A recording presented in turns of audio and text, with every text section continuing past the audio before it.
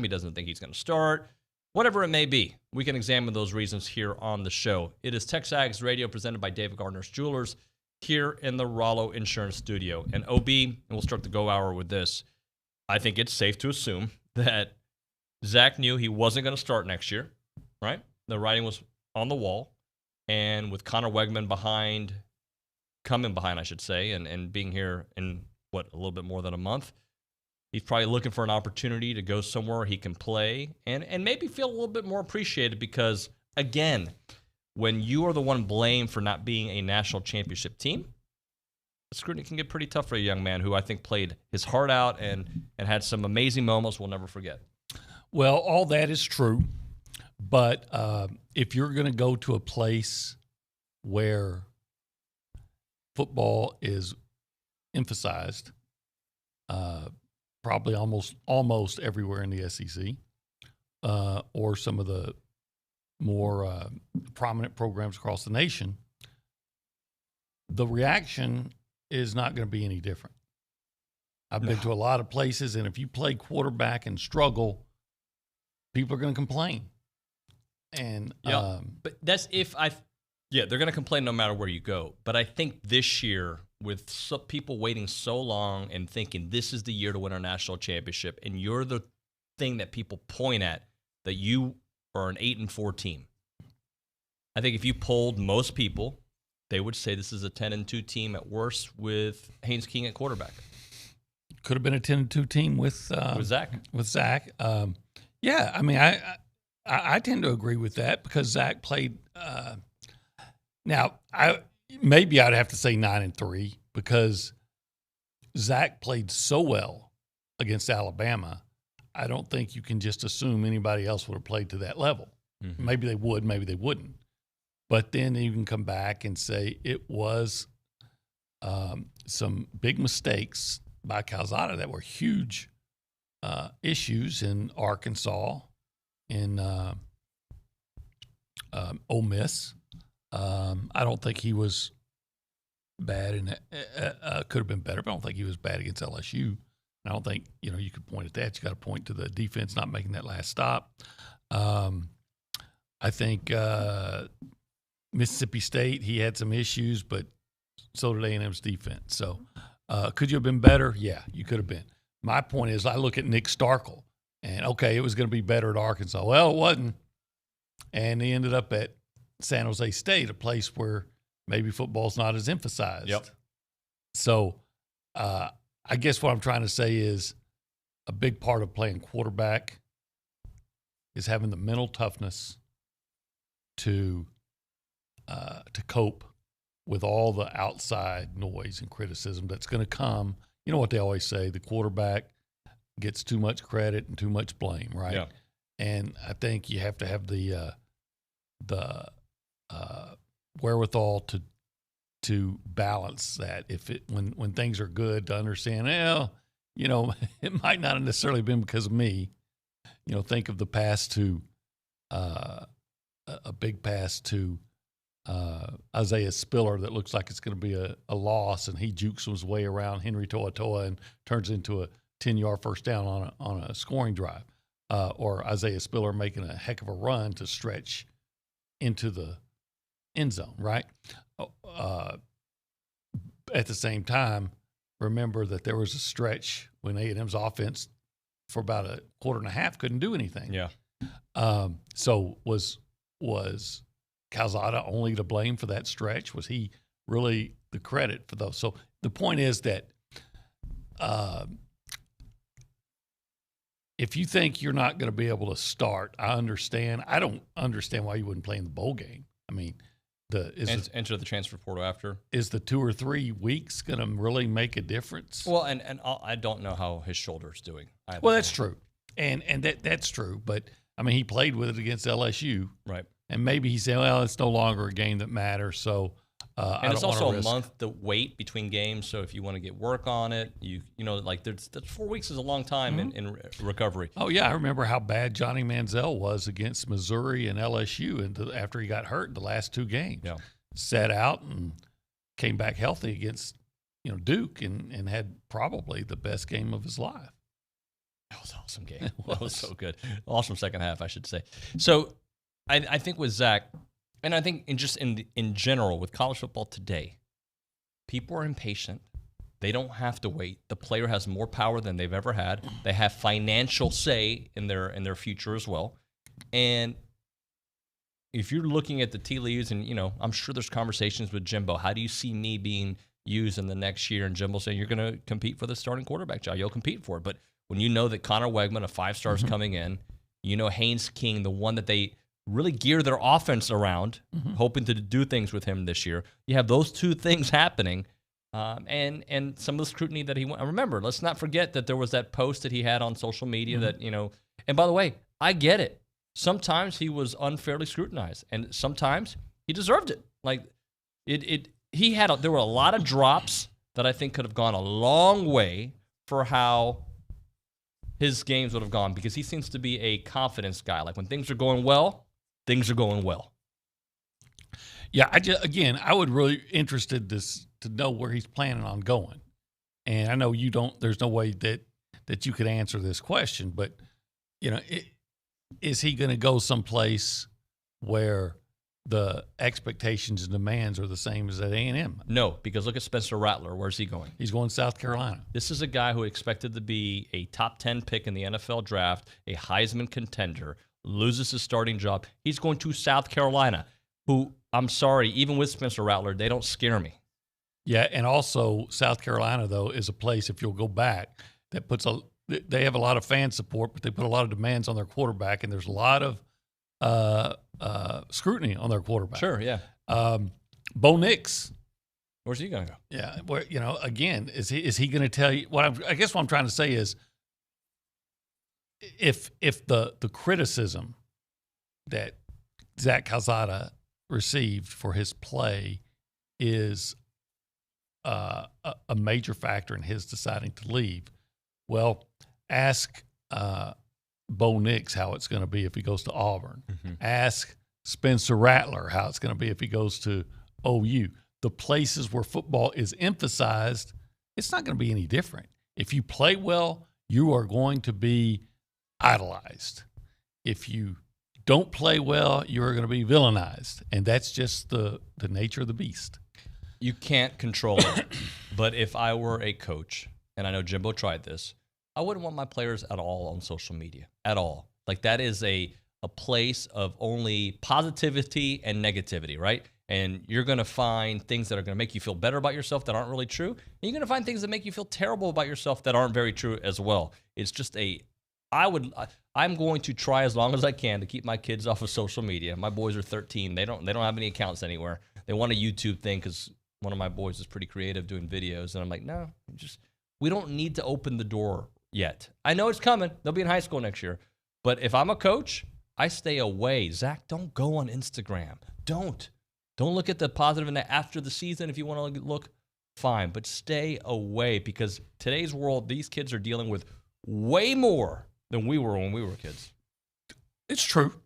And people are a lot meaner now. It's a meaner generation, and it's because, quite frankly, you can attack someone with a fake name. With a fake name.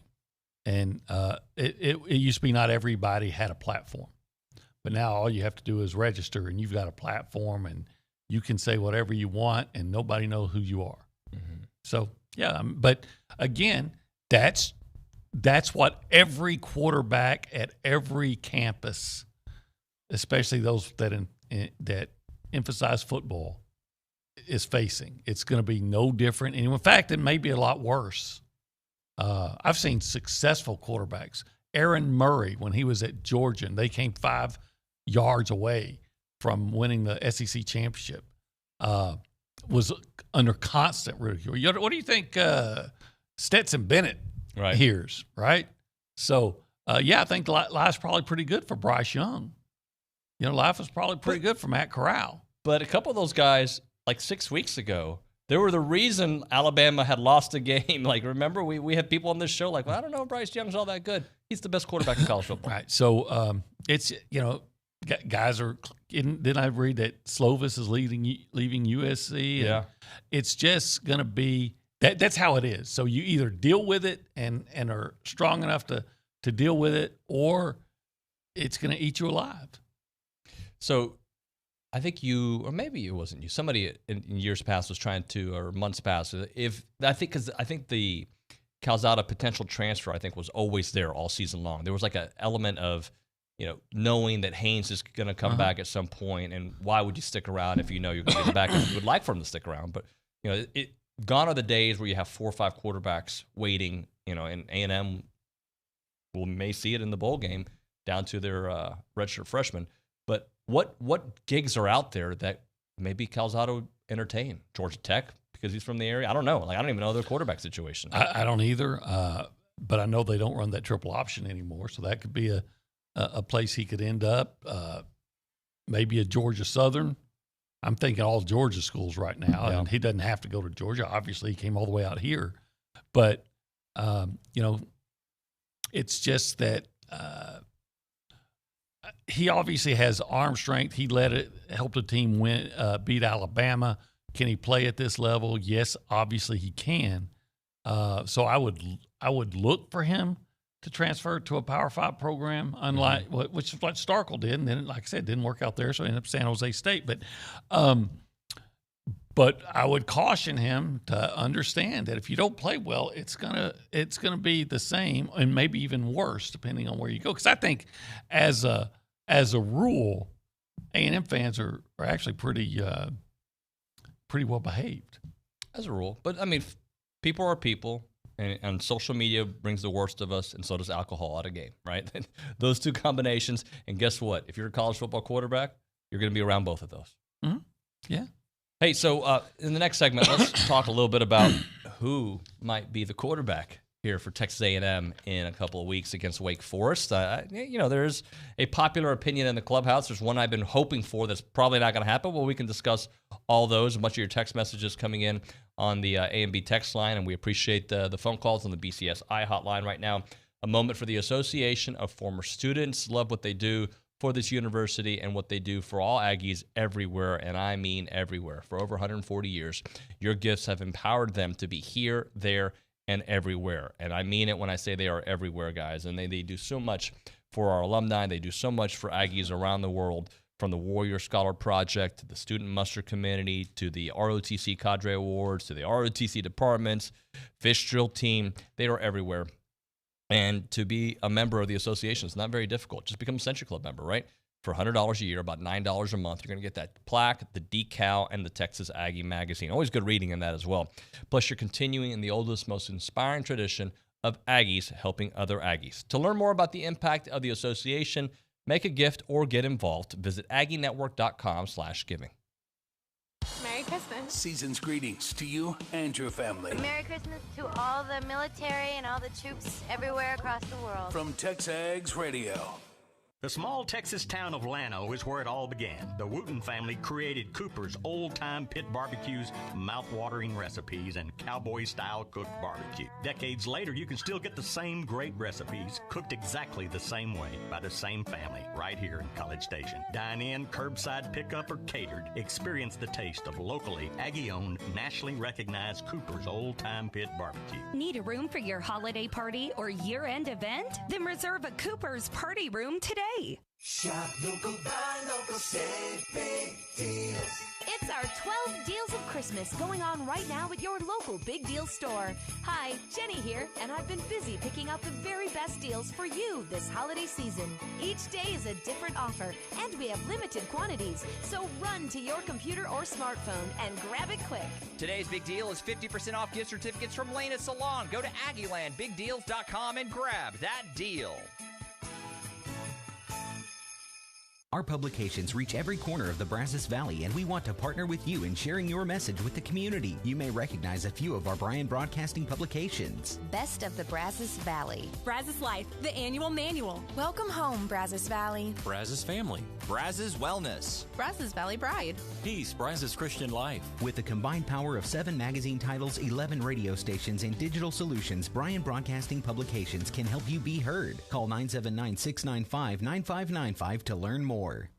Looking for a gift that's classy and relaxing? Pamper the ones you love this Christmas with a day at the spa. French Door Spa and Salon makes it easy with holiday packages packed with everything. From massages, facials, aromatherapy steam showers, and sea salt glow treatments, with some packages even including champagne and chocolates. French Door Spa and Salon has several different packages to fit any budget.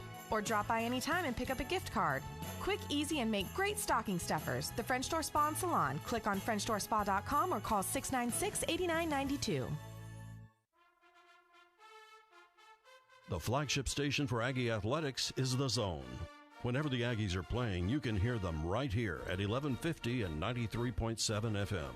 Thanks to our listeners and our Aggie broadcast sponsors, Schulte Roofing, Prosperity Bank, Hargrove Insurance, and Rudy's Barbecue. Here's a big gig 'em to all these sponsors. Listen to Aggie Athletics on The Zone 1150 and 93.7 FM. Let the Louis Bellina Show and T-Mobile make this the greatest bowl season ever. You can hear the Aggies beat the hell out of Wake Forest on Friday, December 31st, 10 a.m., right here on The Zone, thanks to T-Mobile. You can also hear the college football playoffs, the semifinals, the national championship game, right here on The Zone, thanks to T-Mobile, the official 5G sponsor of the SEC. Spend your bowl season right here on Sports Radio 1150 AM and 93.7 FM.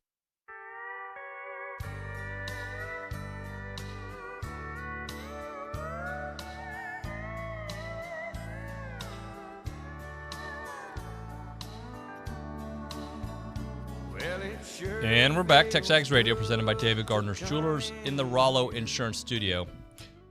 Enjoying some Texas A&M transfer talk and signing dates coming up tomorrow, my man. It's going to be a loaded show, 7 o'clock hour on TexAgs.com. You can watch that show exclusively there, premium members. And then we will go from 8 to 11 here on The Zone. You're going to be out and about. So it'll be a busy day. Luch will be in studio.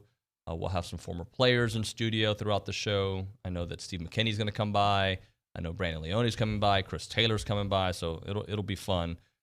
Bronny will be here. I know Hal will be out and about as well. So the whole crew just kind of extending, doing big things. And it'll probably be the most listened to show of the year. And you will have, well, there'll be people logged on to listen well before 7 o'clock. Or trying to. So you're going to have to be at your best. You're going to have to be at your best. I'm looking forward to it. I'm also, and we talked about it a little bit yesterday, I'm in awe of our recruiting guys because they are legit the best at what they do.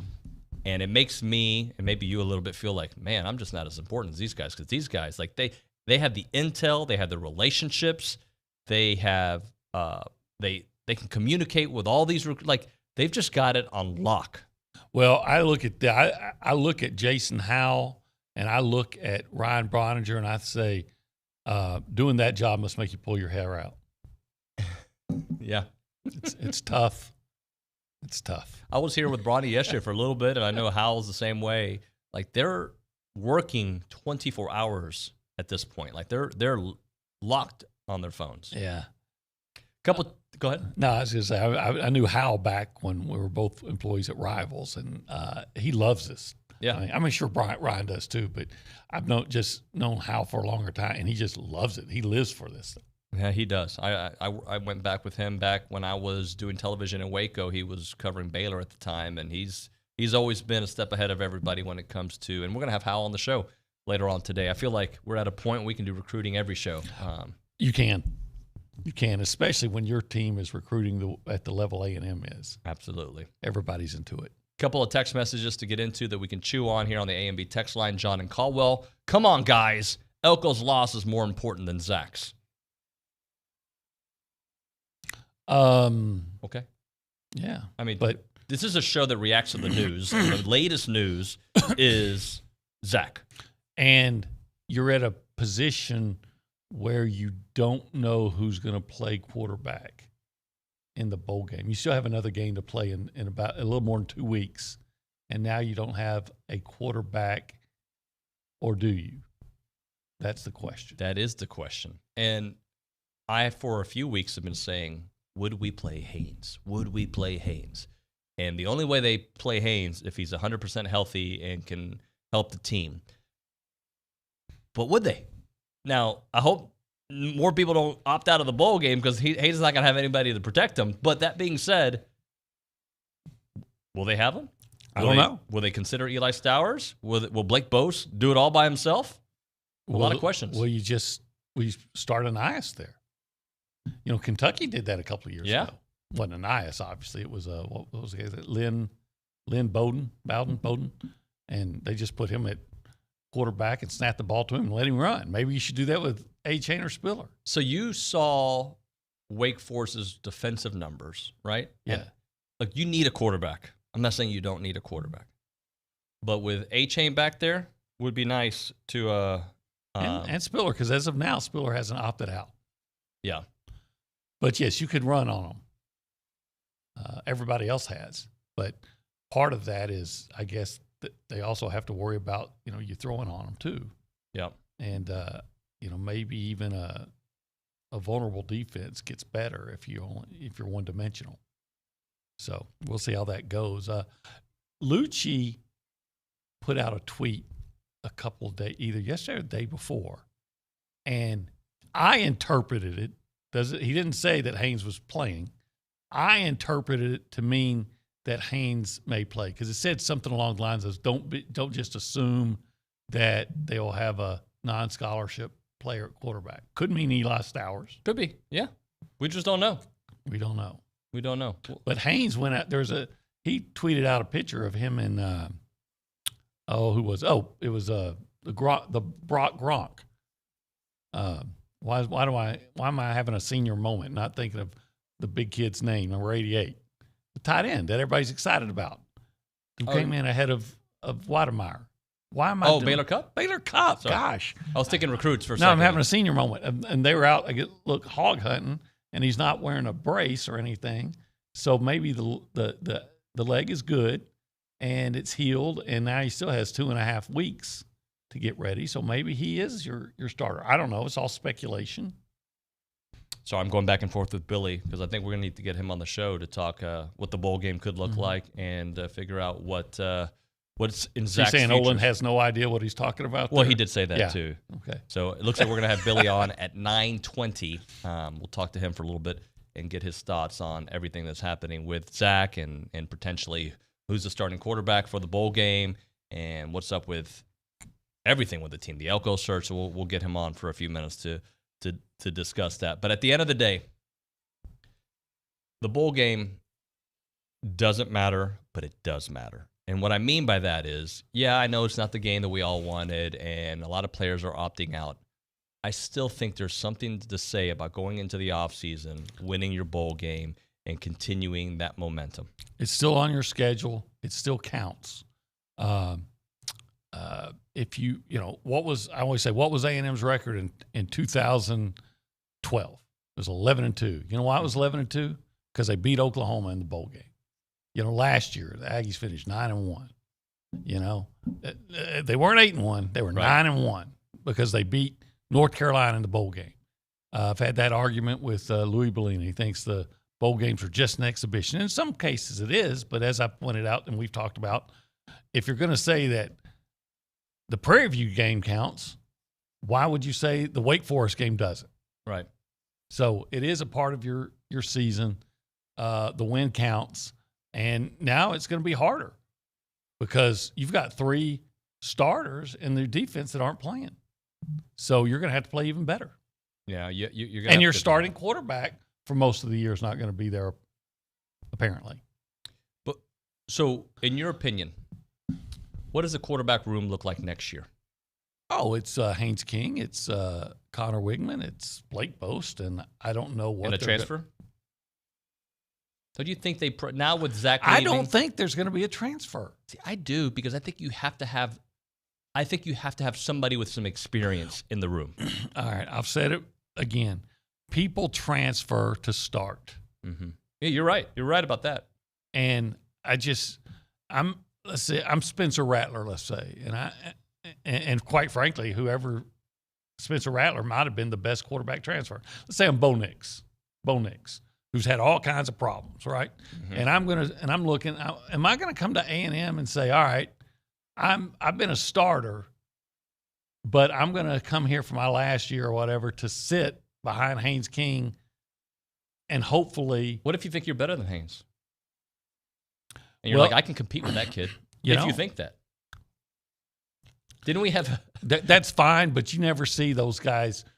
The only guy I can think of that ever, and there's probably more that transferred in a situation like that to sit, was the guy who's sitting behind Bo Nix, TJ Finley. He left LSU, but it looked to me that he just saw. He was smarter than everybody. He saw the writing on the wall for him. Well, the writing wasn't there yet, but he also saw. But I'm sure he saw the dysfunction going on, and he was being villainized by his own coach. Yeah, if you remember the way Orgeron attacked him after he threw that Buddy Johnson interception. Hey, let's continue the dialogue. We'll have Charean Williams on the program when we come back. Billy at 9:20, just so you're aware. Logan Lee, 9:05. And Chris Landry. Usually have him on Wednesdays. We'll have him today at 9:35. Right now, I want to talk Chance McClain and Heritage Films, my buddy. I'll give him a call on the way to Houston today. I got an appointment out there, and we'll chit-chat a little bit because, A, he's my buddy, B, he's awesome what he does, and that's what Heritage Films is all about, telling your story in a documentary form, the kind that you see on the big screen, the kind that you see on Netflix, the kind you see on Hulu, wherever you may watch your docs. He does that kind of documentary, but he'll do it for you, your boss, your dad, your uncle, somebody important in your life, your mother, of course. He's a down-to-earth guy, very successful, creative, Broadway musicals, movies nominated for awards. He's been to red carpet shows in L.A., started a radio station, good old boy, and he loves telling people's story, and he is a first-class guy, a slave to the process. It takes him about 8 to 10 weeks to do this. So he'll go to your house, he'll light it up, he'll shoot it, he'll have a crew with him, and it'll be a first-class experience. Check out yourheritagefilm.com, yourheritagefilm.com, 713-893-8341, 713-893-8341. I'm Chelsea Reber with your community calendar on the Zone. Stage Center Theater in downtown Bryan invites you to rediscover the holiday spirit in A Christmas Carol, a live radio play. Tickets are available now at stagecenter.net. The Robertson County Zero Tolerance Coalition invites you to a Christmas celebration station on Sunday from 2 to 6 p.m. at First Baptist Church in Hearn. The free event includes pictures with Santa, arts and crafts, and hot chocolate. Brazos Valley Juniors invite you to their first annual 4v4 holiday volleyball tournament on Sunday, December 19th. Find more information at brazosvalleyjuniors.com. For more information about becoming a master gardener, visit brazosmg.com. You can hear the Aggies take on Wake Forest New Year's Eve, Friday, December 31st, right here on The Zone, with a pregame at 9 a.m. and kickoff at 10. You can hear the Gator Bowl on Sports Radio 1150 AM and 93.7 FM, presented by T-Mobile, the official 5G sponsor of the SEC. I'm Chelsea Reber on The Zone. Here's Brad Beard of Intercon. When we started Intercon in early 1991, we were well aware that we would be competing with some companies that use unscrupulous techniques to make a quick sale, such as bait and switch, or 40% off if you commit today, or misleading, incomplete quotes. Intercon practice is to be completely honest and encourage prospective customers to talk to our former customers. We've encouraged customers to get multiple quotes. We are confident and proud of our value proposition for windows, glass, and solar screens. We never want anyone to rush into a decision they will regret in the future. Just remember, warranties are only as good as the people who provide them and are servicing the area when situations arise. This is our home and only marketplace, and we will protect our home turf. You've probably heard the saying, the buck stopped here, and that is with me, Brad Beard, president and co-owner of Intercon, LLC. Whether you have new construction or an existing home, let the fine folks from Intercon help your home energy efficiency year-round. Call Brad Beard of Intercon today at 823-3639. That's 823-3639. Grab your first cup of coffee weekday mornings with Keyshawn, J. Will, and Zubin. Powered by WC Tractor here on 1150 AM and 93.7 FM. Plus online at RadioAggieland.com. WC Tractor is your local award-winning Kubota and New Holland dealer. You have questions? Look them up online or at WCTractor.com. That's WCTractor.com. You can also call with your questions at 1-888-8-TRACTOR. That's 1-888-8-TRACTOR. ESPN Radio. Powered by WC Tractor here on the Zone. DJ K-Dub checking in, previously on the Finebaum Show. Stacy in Georgia. When Alabama plays up to the Alabama standards, can't nobody stop them but Jesus Christ. And somebody said last week, if Georgia didn't win Saturday, when will they win? Well, as long as Nick Saban is there, never. It's the Paul Finebaum Show, powered by Polaris Fun Center, 2 to 4 weekdays on the Zone.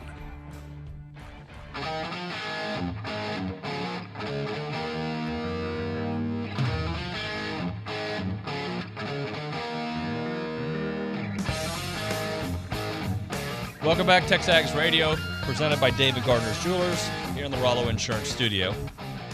Enjoying the show, breaking things down here as we get closer to not only the bowl game, the Gator Bowl, but also, what's going to happen with the transfer portal, what's going to happen with Mike Elko, and with that, we go to the BCSI hotline. I believe we can go there now. Am I right?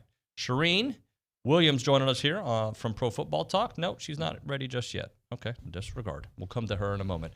I saw the little red light on like she was ready to roll, and she wasn't. So we'll get to her here in a moment. But, OB, the Zach news is something that I don't think any of us were surprised by, but it is the college football world we live in. Not surprised at all, but again, I thought he would stay through the bowl game, but everybody has their reasons or whatever. And he say that he was not going to play in the bowl game? I don't remember. I believe I forget what his story said, but he's not playing in the bowl game. Let's go to the BCSI hotline. We are joined by Charean Williams here on TexAgs Radio. Charean, good morning to you. Good morning to you guys. How are you doing? We're okay. Well. So let's start off with Zach. The news broke yesterday that he was entering the transfer portal. Just your thoughts on Zach leaving and what that means for A&M moving forward for this season. Yeah, there's just nothing to talk about, is there? I chuckle every off season because people ask me, well, what do you do in the off season? Okay, there is no off season. There's something that happens all the time. But yeah, I was just listening to you guys talking. I was kind of surprised he didn't stay through the bowl game, but it's obvious he read the handwriting on the wall. He was not going to be the quarterback next season. And, I've talked about this a couple times during the show. I just think some teams get bogged down in that we've got our starting quarterback. Sam Ehlinger was an example. Bo Nix was an example until he entered the transfer portal. That the quarterback is not enough to get you over the hump. You can win some games with him. You can upset an Alabama every now and again, but consistently to do it week in and week out. He just didn't get it done this year, and this was really his year to prove it. So he wasn't going to be the quarterback going forward. And I'm grateful as an Aggie for everything that he did. I know he gave his heart and soul to the program. He gave his shoulder. He gave his knee, as he said. I know I read where he needs shoulder surgery, so maybe he wasn't going to play in the bowl game anyway. You always just hate it when, as an Aggie, you hate it when somebody transfers because you feel like they're leaving your program like it's a traitor type thing. But for him, I think it's the best thing for him to go do, to go get a chance to start somewhere else. And I don't know where that somewhere else is, but I hope he has a lot of success. And I'm really disappointed that some people called him out on social media, some Aggies. I'm really disappointed that happened because this kid gave everything he had, his guts, his heart, his toughness. You could see that. And sometimes, you're just not good enough. And in some of those games, he just wasn't good enough. But I hope he learned a lot, and I hope that he takes this year, and I hope he goes on and has a great, great, great career. I hope he has an NFL career, kind of like Kyle Allen and Kyler Murray and some others we've seen who've transferred. They use some of those disappointments to go on and really have great careers. Yeah, I think if Zach is going to follow that trajectory, it'll be more like Kyle Allen. But you'd take it, in a backup quarterback if that's in your future. But yeah, I don't see him being as good as Kyler. Right? No. And I know you weren't suggesting that. No, I wasn't. And he is in that Kyle Allen sort of, mode where he could go and possibly, I don't know. We don't know what develops the rest of his career, but nobody thought Kyle Allen when he left A&M was going to go be an NFL quarterback for however long he's been an NFL quarterback. And in fact, he was a starter for a while. So, just never know how they're going to work out. And I hope it works out for him because he sure seems like a great kid. Charean, how excited, though, are you about the quarterback room here in the future? That we know that Haynes King has got some skills that hopefully, when healthy, will be on display next year, and also Connor Wegman. Awesome. I mean, it's exciting to see what those guys are going to do. Very exciting, and I think you have some quarterbacks, and frankly, you need more than one. You look at Trevor Lawrence. We don't know what Trevor Lawrence is in the NFL, and he was supposed to be all of that in a bag of chips. He was going to go in there and just be great for the Jaguars. He hadn't done it, and they're going to leave this season going, maybe not. I don't know. Maybe he's our quarterback of the future, but maybe not. And maybe they should have held on to Gardner Minshew, and you have a couple of options there. Gardner Minshew looked great 2 weeks ago, filling in for Jalen Hurts. So, what I'm saying is you have options. If one of the guys doesn't work out, you've got a better chance with the second guy to hit on it. But these look like two really good quarterbacks for the future. And one of them will end up transferring. There's no question about that. That's the world, as you said, Olin, that's the world that we live in now. And one of these guys is going to end up transferring somewhere else, more than likely. But hopefully one of them turns into a Heisman candidate and takes A&M to the promised land. But two really good prospects. I know Haynes is going to get some practice time now. I hope he plays in the bowl game. I was debating with some friends yesterday about that. They're like, you don't want to risk injury. He needs playing time. He's had, a game and a half of playing time. He's another one. We don't know. He may be great. He may not be great. He needs as much playing time as he can get. The bone's healed. If he can get out there and he's 100%, put him out there. Let him play. Let him get reps. That's what I say. Just because I think reps in games are so valuable. I agree. Now, get your thoughts on the debate that David and I were just having. So, would you bring in, or could you bring in, an experienced quarterback through the transfer portal, and would an experienced quarterback want to come here? Yeah, that's the thing. I wouldn't be opposed to it, and I think, you do that maybe for the bowl game or play, but if I'm an experienced quarterback and I have an option to go somewhere else, I'm probably not coming to A&M just because I look at that quarterback room and go, I don't think, Haynes was the starter going into last year, and he's probably going to be the starter going into next year. Yeah, I'm probably not going to do that. So, knows the offense way better than me. We know how complicated Jimbo's offense is anyway. So if I had other options, I probably wouldn't do that. But I'm sorry, if I was A&M, yeah, again, I don't think you can have enough quarterbacks and enough options, and you figure it out. You let the guys play, and you figure out who the best one is and have competition, and if the others transfer, well, that's okay. You got your guys. I don't like the situation we're in now with only two quarterbacks, and now one's hurt and one's transferring, and okay, you're going to play a bowl game with you don't know who at this point. So, the more quarterbacks you can get, the better it is, in my opinion. Charean, remember long time ago, like Friday, Mike Elko said he was going to Duke. The news cycle is just ridiculous here. Yeah. Just some thoughts on Elko leaving and what it means for him, and then A&M here with a vacancy at the defensive coordinator spot. Yeah, I was kind of surprised by that, only because I had some conversations with Jason Garrett, and I knew he really wanted that job, and I figured they would get the guy with the head coach's experience who could go say, hey, I coached the Dallas Cowboys for 9.5 years, and I helped develop Dak Prescott and Tony Romo into Pro Bowl quarterbacks, but that didn't happen. It was Mike Elko, and I think he was a great hire. Don't get me wrong. I think it was a terrific hire for them, and I think he'll do a really good job, and that's my biggest concern for him. Concern's not probably the right word, but my intrigue, I guess, over the next couple of weeks is who's going to be that defensive coordinator, and I'm excited to see because there's so many options they have, and I know that Jimbo will get somebody good, but Elko, the big thing was he was so good at halftime adjustments, and if they struggled in the first half, they came out and played great in the second half. You saw it all year long. In fact, you saw it the whole time of his career when he was here, as well as you just saw that defense develop. He got the players that he wanted, and we know how bad they were back in the day when he first got here, and they just turned into one of the best defenses in the country. So he's going to be missed. But the good thing is he's left it better than when he got here, so the hire is going to be easier to make. I mean, anybody's going to want to come coach this defense. Charean Williams here on the BCSI hotline.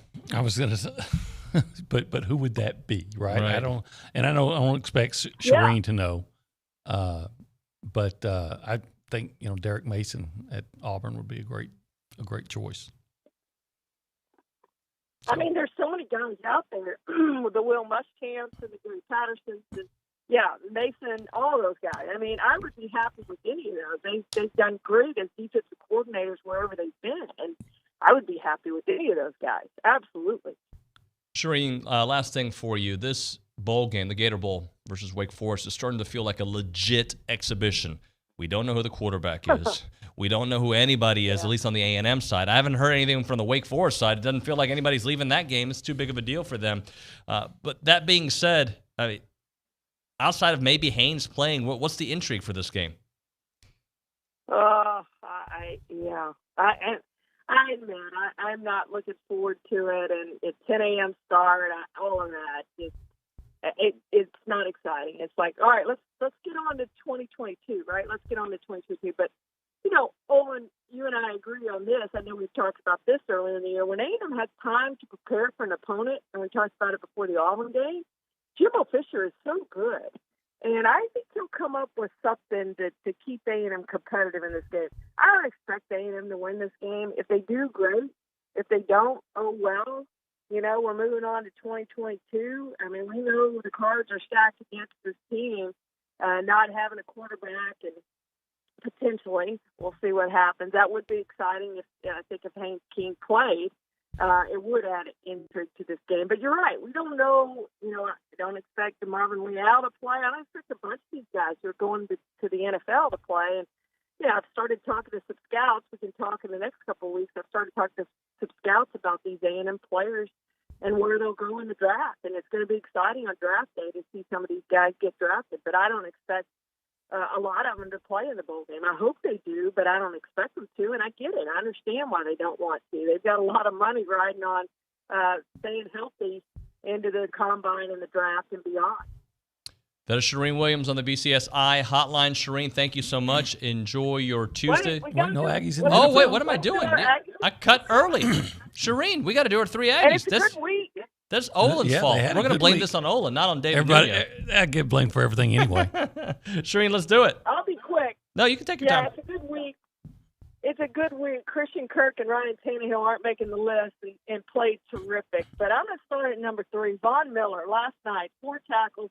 He had that tackle for loss on 4th down that stopped one of the Cardinals' drives across midfield in the 4th quarter that was just huge. Nearly had his first sack early, nearly had his first sack on the last play. First play, last play.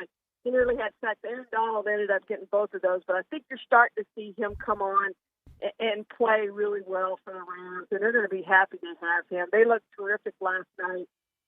And now they look like a Super Bowl contender. Number 2, he seems like he's on the list every single week. Mike Evans, 6 catches, 91 yards, and a touchdown.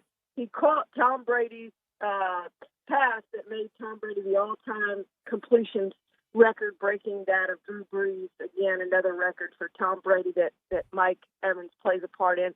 And we saw a couple of players that just looked so familiar that we saw from when Johnny threw the ball up to him and he just made great catches.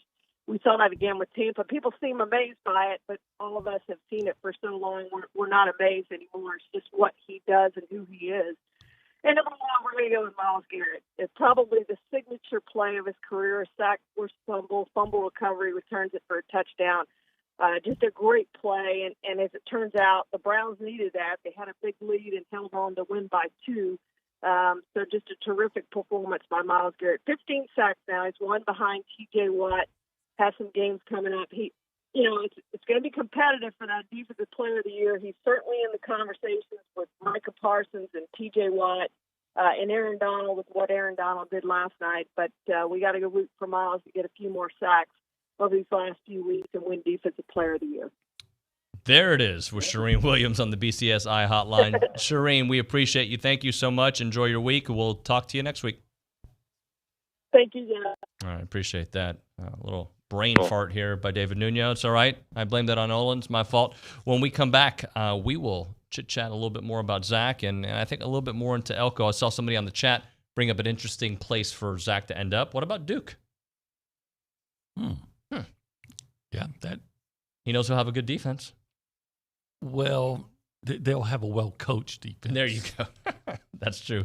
Right now, let's go to AggielandOutfitters.com and get 20% off. People have been emailing, calling, like, hey, is it still going? Yeah, it's still going on. But you don't know. It could end tomorrow. It could end at the end of the month. It could end. Just jump on it now, especially with your holiday shopping, your Christmas shopping out there, right? So 20% off your entire online purchase. So when you're looking for that Aggie hoodie, that Aggie top, a hat, whatever, right? Whatever gear you're looking for, you want the highest quality, the best fabric in the world, you go to Aggieland Outfitters because they have the #1 gear when it comes to Texas A&M. And they're going to give you 20% off your entire purchase right now by going there and putting in the code TexAgs21. I'll say it again, TexAgs21, 20% off your entire purchase. Go check out AggielandOutfitters.com. Your home for Sunday and Monday night NFL is Sports Radio 1150 AM and 93.7 FM. The NFL is on the zone. Looking for a gift that's classy and relaxing? Pamper the ones you love this Christmas with a day at the spa. French Door Spa Salon makes it easy with holiday packages packed with everything. From massages, facials, aromatherapy steam showers, and sea salt glow treatments, with some packages even including champagne and chocolates. French Door Spa Salon has several different packages to fit any budget. Or drop by anytime and pick up a gift card. Quick, easy, and make great stocking stuffers. The French Door Spa and Salon. Click on FrenchDoorSpa.com or call 696-8992. Question: would you pick a chain barbecue place over a hometown joint? Do you root for East Coast universities instead of the local team? Nah, then why choose a big Wall Street bank? A&B started in 1892. 5 generations later, we're still owned and operated by the same Texas family. We support this community. We value your privacy. We make quick decisions, and we hate red tape. We answer to you, not Wall Street. Bank with A&B. Family owned, Texas proud. Member FDIC, Equal Housing Lender. My name is Bobby. I'm a veteran and lost my leg to a roadside bomb. My victory was going from a wheelchair to becoming a weightlifting champion. I'm Sam. I'm a veteran. My victory was finding a career I can be proud of and supporting my family. America's veterans are on their most important tour, the tour of their lives. I'm a veteran. My victory was going from homeless to home. At DAV, we're on a mission to help veterans get the benefits they've earned. I'm a veteran, and my victory was finishing my education. DAV offers veterans of all generations a lifetime of support for victories great and small. My victory was proving that disability is not a limitation. My victory was getting my service dog a new best friend. We help more than 1 million veterans every year as they face and conquer their challenges. My victory is being able to be there for my family. When America's veterans win, we all win. Help us support more victories for veterans. Go to DAV.org. Shop local, buy local, save big deals. It's not every day you can save money. Oh, wait, you can. Hi, Jenny here from Big Deals. When you shop Big Deals, you'll save money every day on dozens of gift certificates from local businesses like these. Smitty K's, M&M Apparel, Fajita Pete's, Latino Hand Car Wash. Visit AggielandBigDeals.com to save big. AggielandBigDeals.com.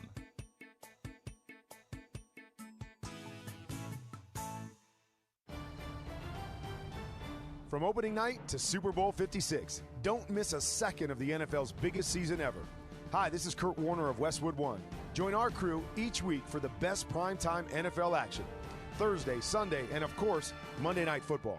Listen to the NFL's brightest stars on Westwood One, the exclusive radio home for every primetime NFL game. Right here on Sports Radio 1150 AM and 93.7 FM, The Zone.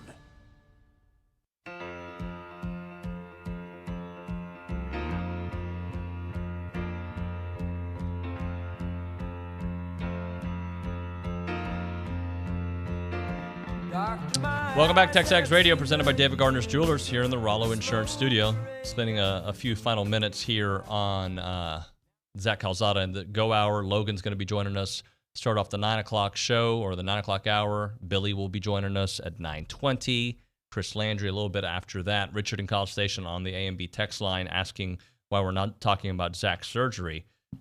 It has been discussed, but we don't know what that meant for his future. I mean, we haven't talked to a doctor. No team doctors told us if he had the surgery or not on the non-throwing shoulder, if he was going to play or not. We don't know. I mean, that stuff is still up in the air. And if that was done and before he had decided to transfer or not, those are still questions up in the air. But that would at least be perhaps one reason why he wouldn't play, a major reason why he wouldn't play in the bowl game, even though he did play in the whole season.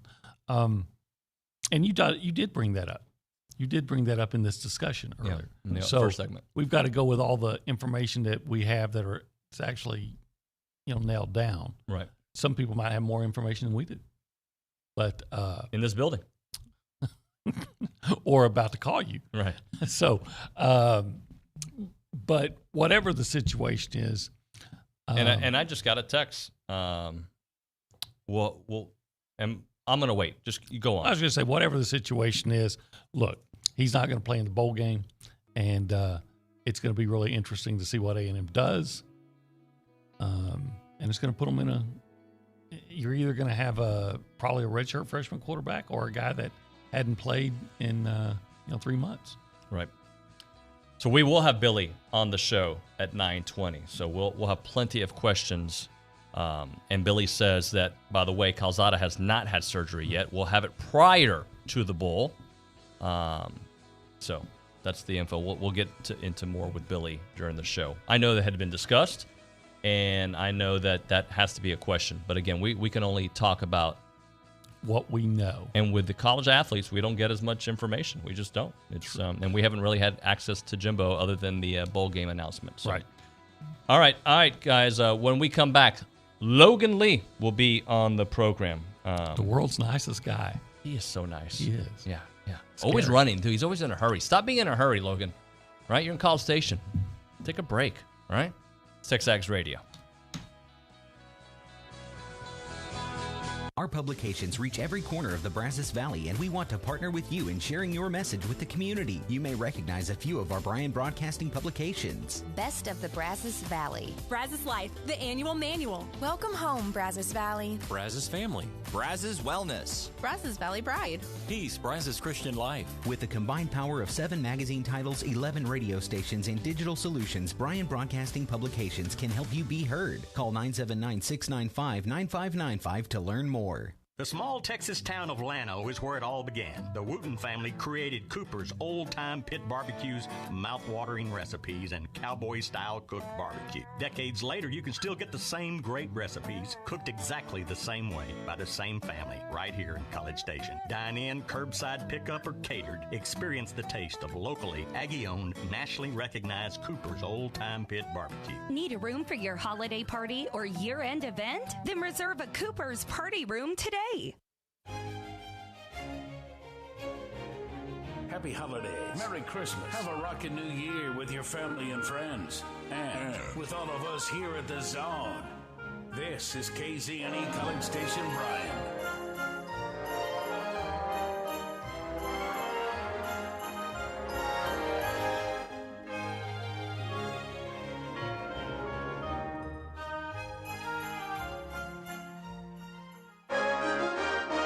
From WTAW, I'm Chelsea Reber with a news update on The Zone. Bryan ISD school board members last night approved limiting the property value increase if Fujifilm Diosynth Biotechnologies decides to bring a $300 million expansion to the bio corridor. This is after the district got approval from the state comptroller's office last July. Consultant Mally Hanley says that's based on 3 factors. One is Fuji would pay more in taxes versus the savings the company would receive. And that's because when they come out of the limitation, they go back for full taxable purposes. They still have enough value that they're paying taxes on for the next 15 years to weigh more in the little balance of saving versus paying. Tonight, the Bryan City Council considers approval of a joint incentive that would reimburse Fuji almost $5 million in property tax money over a 10-year period related to the addition. The 24th time a Bryan man is booked in the Brazos County Jail, he's accused of multiple charges, including leading College Station police on a chase in a stolen truck.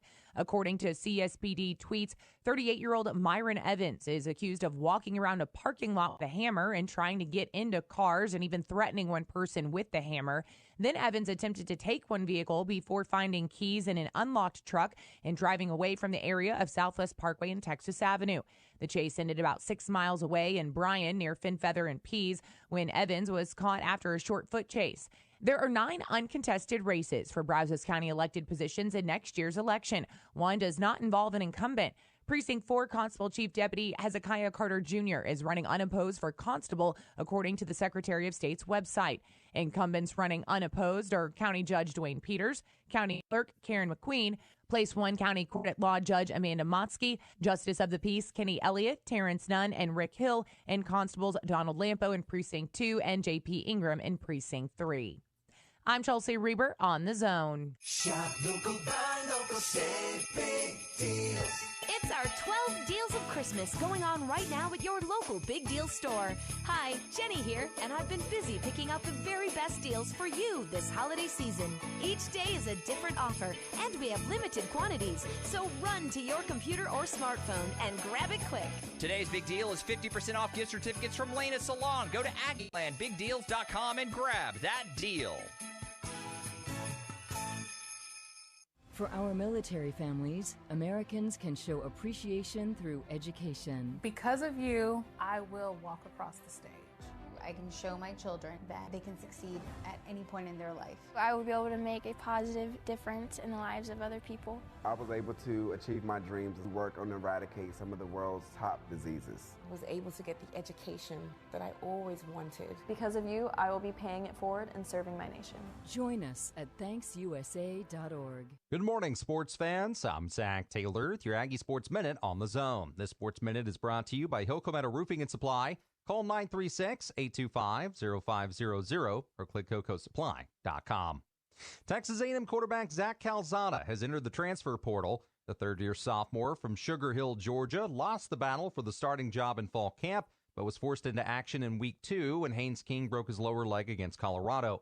Calzada started the next 10 games for the Aggies, throwing for over 2,100 yards and 17 touchdowns, highlighted with a 41-38 win over top-ranked Alabama on October 10th. Coach Jimbo Fisher on Calzada's toughness. He ain't always perfect, but I'm going to tell you what, that's a competitor, man. That guy has got arm talent. He can throw the football. He can make plays. He's a competitor. He's a tough guy. And I'm going to tell you, the injuries and the pain he's banged through this year and the things that are happening. And now I wish he would slide. We have to get some of the Astros up here and get Dusty Baker up here and teach him how to slide. With Calzada entering the transfer portal, it's unclear who will start for the Aggies against number 17 Wake Forest in the Gator Bowl. Time for a look at the SEC, brought to you by T-Mobile. South Carolina women's basketball remains number 1 in this week's AP poll, while Tennessee comes in at number 7 and Georgia's at number 17. Kentucky is at 19, LSU's at 22, and Texas A&M is at number 23. And that's been your SEC Sneak Peek, brought to you by T-Mobile, the official 5G sponsor of the SEC. And that's been your Aggie Sports Minute, brought to you by Hilco Metal Roofing and Supply. On The Zone, I'm Zach Taylor. The Louis Bellina Show and T-Mobile, the official 5G sponsor of the SEC, want to send you to the Gator Bowl and watch the Aggies beat the hell out of Wake Forest. Go now to zone1150.com and enter. No purchase necessary. The deadline is Friday, December 24th at 2 p.m. Win 2 tickets to the Gator Bowl, gas cards to get you there, $200 in Rudy gift cards, and a T-Mobile swag bag. Enter now at zone1150.com.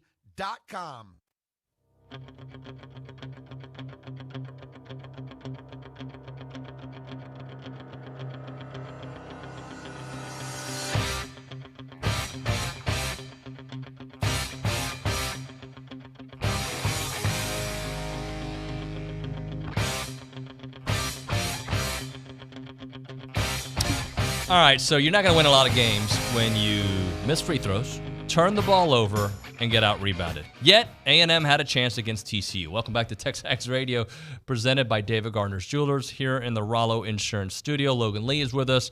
Talk a little hoops with my guy. Good morning, buddy. I mean, does that mean that A&M's defense is really good, or TCU's just not very good at all? Could it be both? I don't know. I mean, they held them to, what, three-pointers? Is that right? Or something like that? So their defense was really good. And I feel like these games have a similar feel to them. Like, A&M is like Mike Elko's the defensive coordinator of the A&M basketball team in the second half because a different team comes out. Yeah. Right?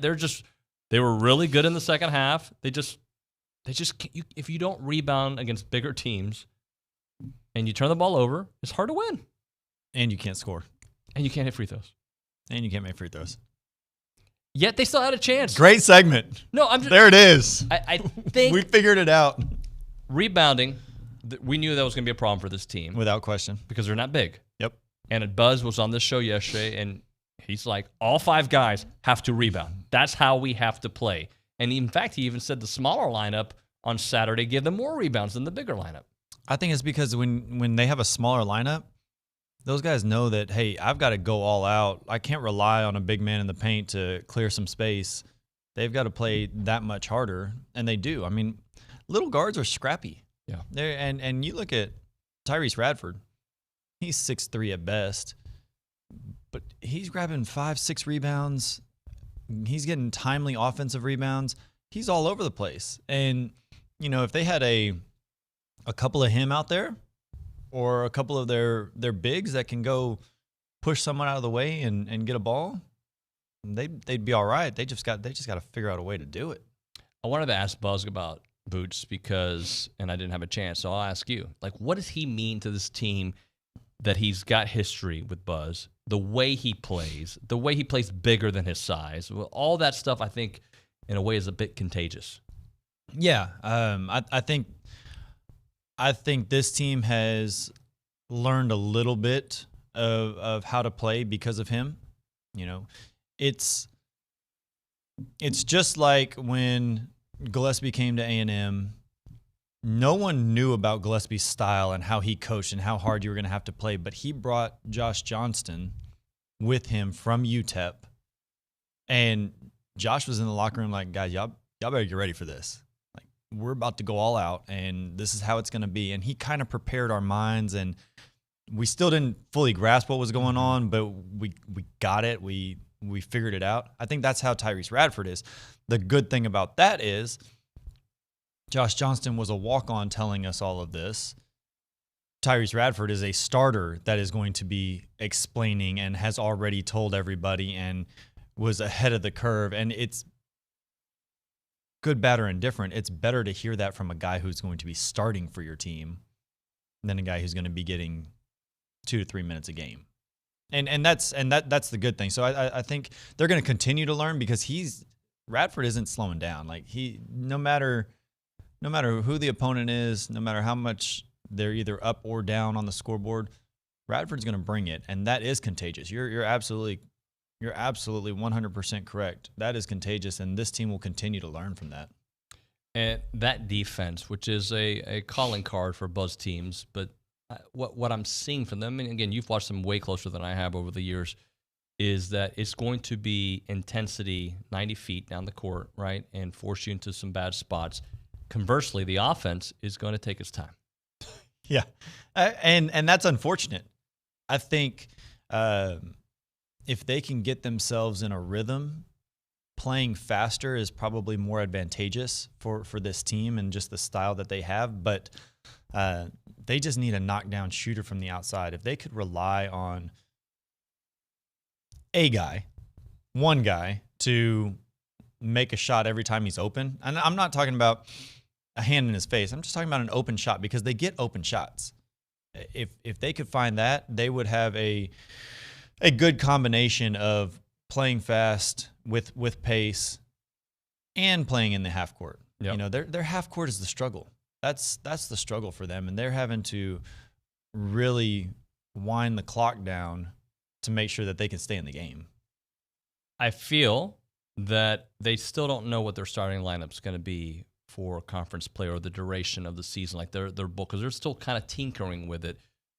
Is it because this team is so deep, if you will? And when I say deep, maybe they just have a lot of similar style of players. Yep. That's why it's still kind of mixing and matching. I think yes, absolutely. The answer is yes. They're still trying to figure it out.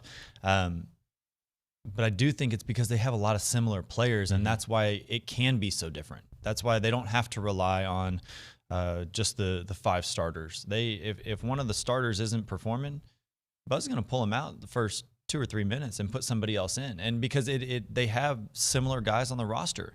It's whoever has the hot hand that night, whoever's playing well. Right. If you have 2 turnovers in the first 2 minutes, you better understand you're coming out. And the guy behind you, he understands, I better not turn the ball over.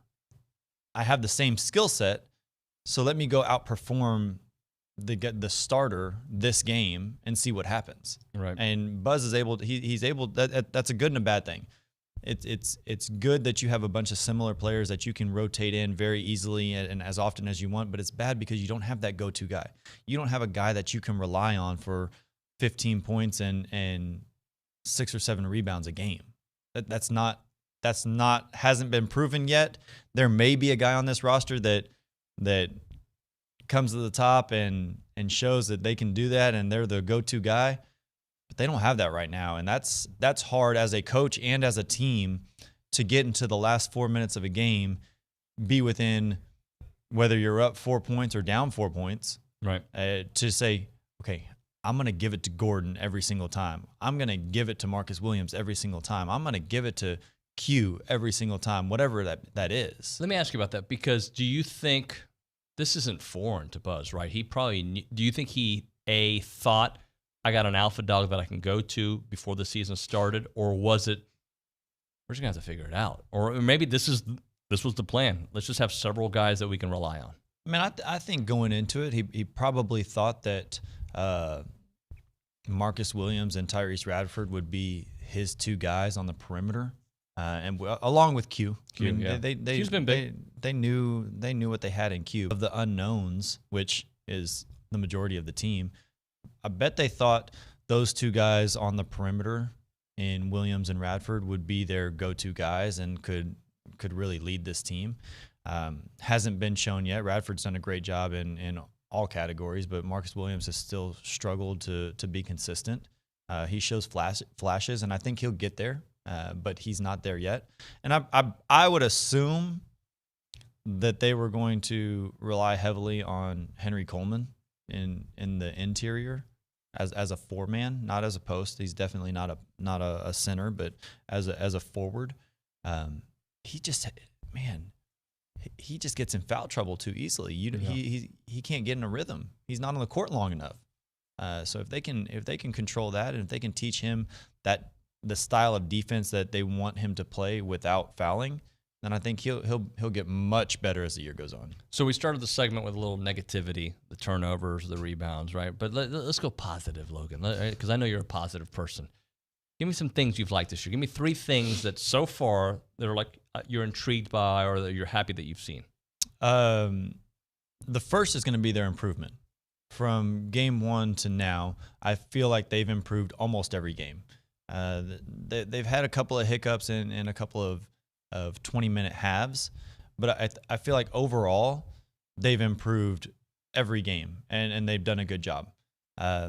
2, their intensity.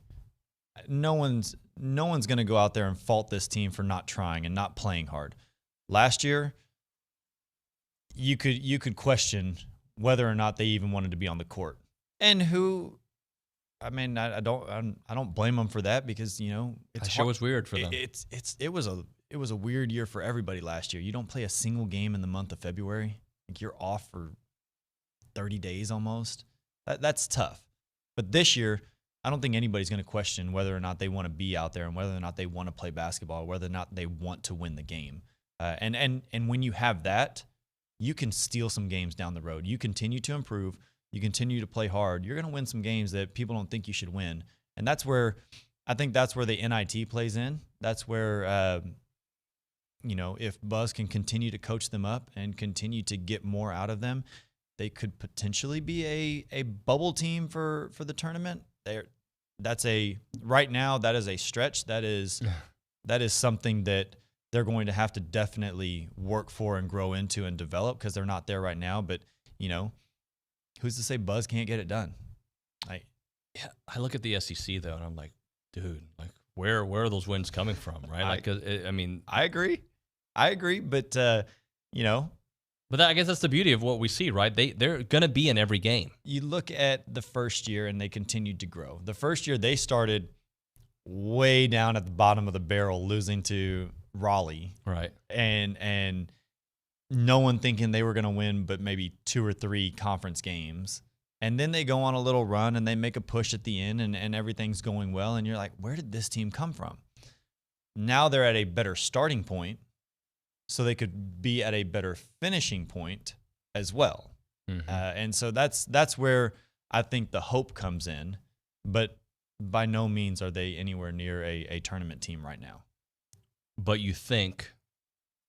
I think they're an NIT team. I think they're an NIT team. I think they'll get to 500, and the NIT will choose them to be playing in the tournament. There's an outside chance that they could be a bubble team, and that's not even saying they'll get in. That's just saying, hey, there might be discussed. There might be conversations. Bracketology, exactly. Get us to click on that link. There may be conversations, but they're a ways away off from that one right now. But you know what, though? It's been fun to watch, as you mentioned, their growth from the first game. I mean, what was it? The HBU game? I was concerned. I even looked at you, like, I mean, and they had a really good second half in that game. But like, I remember watching that first half. Like, do they score? Do they score? And you know what? They lost again. They could have won, and the 2 losses this year. I don't know if you were going to win the Wisconsin game, but you started off like you were going to win the Wisconsin. Started off on fire. Yeah. So, all right, man. Appreciate you. Absolutely. Now it's time to experience the difference with Caprock Health System patient-centered care. You don't have to experience it right now unless you're having like an emergency situation. But we all know, like, don't go there now just to, hey, I want to check out the patients and stuff. No, just let them do their job there. But when you're in that situation, when you need medical care, especially emergency care, you want to go to the Caprock Health System because they are 100% locally owned and operated, and they put the patient first in every decision that they make. They want to make you feel better, and that's what happens when you walk in there. And the beauty is, you got it, around town, you got 2 state-of-the-art locations. You got the Bryan one and the Caprock 24-hour emergency center in College Station. And when you go, you may have like a, let's say you have like a real situation, like, I don't know, like a bullet wound on your shoulder, right? That's not fun. You're not going to have to wait in a crowded waiting room. Whatever it is, you go there, they take care of you right away. That's the beauty of going there. There's no waiting in a crowded waiting room there. It's the hospital and 24-hour ER. They maintain a clean and sterile, safe environment. And remember, they put this patient first. It is Caprock Health System. Merry Christmas and happy holidays from the Zone. Ho, ho, ho. The Zone. Merry Christmas, people. There's a Kubota for every job. There's a Kubota for every harvest. There's a Kubota for every task. And at Normandy Tractor, for a limited time only, take the drive to Normandy, Texas, and let Vernon and the boys show you what they have. Get the new Kubota BX 1880 16.6 horsepower tractor and a Kubota loader with a quick attach bucket now through December 31st, 2021. For a cash price of only $12,950, our payments as low as $170 per month. With no money down, based on 0% down, 1.99% APR, 84 months. Normandy Tractor has over 8 acres of Kubota tractors, Kubota RTVs, ATVs, and Kubota mowers to choose from. They're at the corner of Highway 39 and OSR in Normandy, Texas. And remember, nobody beats Normandy Tractor. Nobody. Now through December 31st, 2021. For warranty terms, see Kubota's limited warranty at KubotaUSA.com or your Kubota dealer.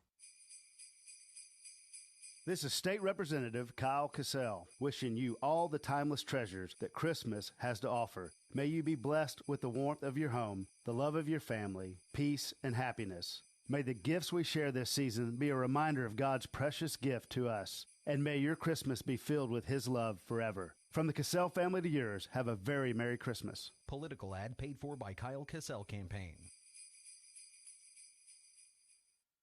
Tried Eucrisa for mild to moderate eczema? It works at and below the skin surface and can be used on almost everybody, like on the dimples of a diva. Yeah, roll your boat. Yeah, roll your boat. Or the shoulders of a chef. Look, Mom, I made jelly beans on toast. Steroid-free Eucrisa works at and below the skin surface. It blocks PDE4 enzymes, which is believed to reduce inflammation, even on the wrist of a rebel. What did you do to your hair? What? The specific way Eucrisa works is not well defined. Prescription Eucrisa for mild to moderate eczema is for topical use only in ages 3 months and up. Do not use if you are allergic to Eucrisa, crisaborole ointment 2%, or its ingredients. Allergic reactions including hives, itching, swelling, and redness may occur at or near the application site. The most common side effect is application site pain, such as burning or stinging. Come on, moms and dads. Check out eucrisa.com and ask your doctor about Eucrisa. Can I sing one more song? Listening to The Zone on your Amazon daughter Echo is easy. Even Louie figured it out. 2 simple steps, and you could hear Chip Howard Sports Talk, TexAgs Radio, The Louie Bellina Show, and many of your favorite A&M teams anytime, anywhere with your special friend, Alexa. Step 1, and only one time, say, Alexa, enable Zone 1150 skill. Then anytime you want to hear your favorite host or teams, all you have to do is say, Alexa, play Zone 1150. Make sure to set it all up and say, Alexa, enable Zone 1150 skill, and listen in anytime just by saying, Alexa, play Zone 1150.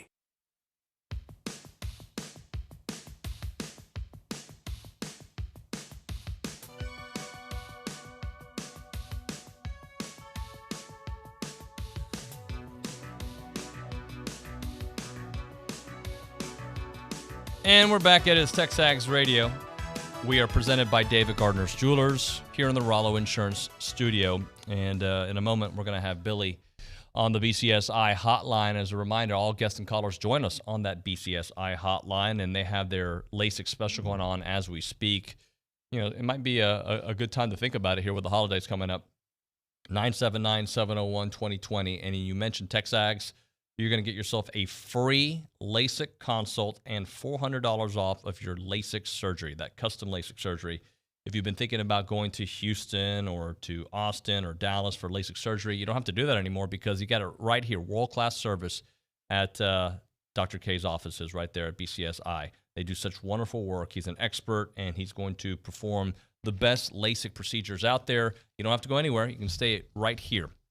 All right, so the lead today has been the Zach Calzada news, and obviously with that news, there's a lot of questions to consider. Question 1 is, why did he leave? Question 2, who's going to be the quarterback in the bowl? And question 3 is, I guess, what's the latest with the defensive coordinator search? So we'll have a lot of that to get into when we get Billy on the program. But when it comes to Zach and his future, look, I hope he does well wherever he goes. You know, he'll have an opportunity somewhere. I don't know where he'll go, but wherever he ends up going, he provided us some amazing memories. And one of the beauties of what Zach was able to do was every time he was doubted or every time you thought this is it, he came up with some big games. Were there moments where he struggled? Absolutely. His numbers were not great, and his touch at times was not great. But that guy was a warrior. And tomorrow, when we celebrate National Signing Day, and A&M potentially has a top class in the country, top 1, 2, 3, whatever it may end up being, Zach Calzada played a huge role in that because of the atmosphere on October the 9th against Alabama. That is something that will live with those commits for a long, long time. And that's been the beauty of watching what he was able to do because he was a warrior that evening. And he had some moments, like the LSU game, he had some great moments in that game. Yeah, he had some less than spectacular moments, but I'm excited about seeing what he does here in the future. And I'm excited about A&M football with whatever quarterback direction it ends up being. I really am. Let's go to the BCSI hotline. Billy's with us to talk about Zach. And Billy, good morning to you. How are you, sir? Hey, what's going on? So, sorry, I think Alyssa and CD, Chris Doring, kept me long on. I kept them long. I don't know, probably more like that on SEC radio. No worries, brother. Let's talk about the Zach news and kind of dissect it. I don't think people were surprised, but here we are. Zach is in the portal. What does it mean for A&M here in the short term and in the long term? Well, I think the short term, I think everyone in the program understood he wasn't going to play in the bowl. I mean, not dating way back, but dating back certainly towards their preparation for practices and things like that. I think Zach's going to have that. And I'm mistaken when he said that. I think I said in the write-up that he had already had it done. I think he's going to have it done here pretty quickly, like as in the next week or so. Just decided the guy's been playing through so much pain. Every time, you saw him fall down against LSU, just avoiding a sack, and he tripped up and he fell and landed on it, and right before halftime was hurt again. I mean, that is a brutally painful thing to be dealing with, and if it's not going to be right to go and practice for a couple weeks and then go play in another game, and also he probably wants to get on the mend, especially now that we see that he's transferring, certainly going to not want to go in somewhere unhealthy, so I think that was part of it. So that it didn't come as a surprise or as a shock.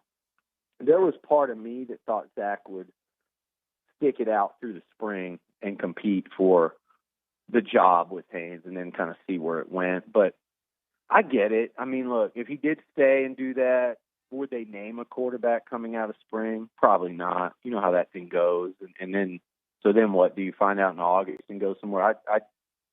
It was almost like if he went through the spring, he may as well sit through this year and either start or be a play away again, and then go and have 2 years to play somewhere else. But I don't blame him for the timing because there's an injury involved. I don't blame him for transferring. I did get the feeling that, I don't know, from where I sit, it seems like the whole thing just kind of overwhelmed him a little bit and became not fun. I mean, we saw what he posted after the LSU game. Unfortunately, I know he apologized and stuff, but you can't take something like that, but it was posted. I mean, I don't think it's something that he should be held against him at all, ever.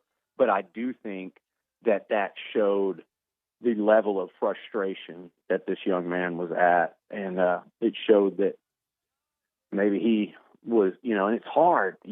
David, you and I are at that age, and I get it. I'm on there. I read what people say and write about me. I'm just old enough where I just know how could I really care other than wanting to go back and spar with them. But at that age, you lose a football game, you throw an interception late in Oxford, and if you're seeing that, what's written and said about you, man, it's got to be really tough, really tough. And so I think, though, I got the sense that the whole thing just down the stretch was outside of maybe competing during the games.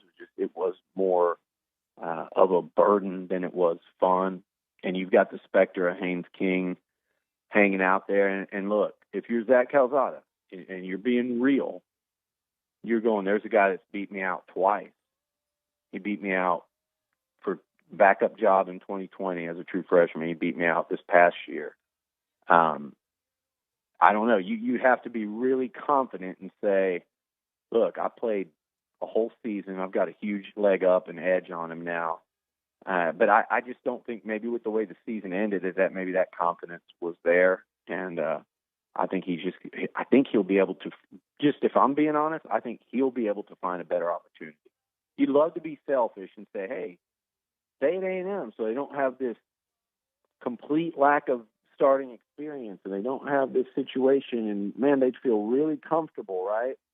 We'd feel really comfortable going into the season with Zach Calzada as the backup. But what else would we all be saying if we're being real, right? We'd all be saying, well, Zach could be the backup until Wigman's ready. Right. I mean, that's what everyone was thinking. Haynes King takes his job back. If Zach could be the backup, that'd be an incredible backup to have. And maybe by mid-season, late in the year, maybe Connor Wigman's ready to be the backup if needed. Maybe Zach can be a finish-the-game guy. That's not right. Like that it's fine. Like that, if that's the way you view it. But to expect and want him to stay so you can have that. Nobody wants to sit there and be a fallback option. And I think Zach could have competed for the job. Don't get me wrong. Like, if you look at how far the guy's come in a year, but if he looked around and saw, if there was any part of him that felt there was some writing on the wall, he should transfer. In this day and age at quarterback, I mean, you look around the country at how many are doing it, and I don't fault him at all. I really don't, and I think I have all the respect in the world for the dude for how he played this year. Everyone's going to talk about the Bama game, and that was absolutely unforgettable.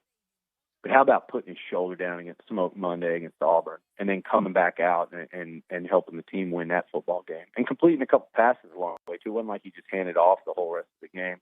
I watched him lead A&M back. He should have given A&M the lead against Ole Miss on the road down 15-0. There was a drop pass on a perfect throw. I know he ended it, with the 2 picks, frustrating end to it. But, I mean, he should have given them the lead in the fourth quarter coming back from 15-0 on the road in Oxford.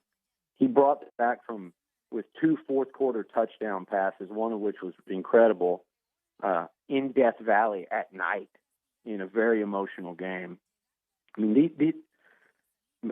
Mississippi State ran it into the end zone there. At the end of that Colorado game, the way he played in the last couple possessions after that game kind of encapsulated almost like what we were going to see from him the rest of the year. We didn't realize it.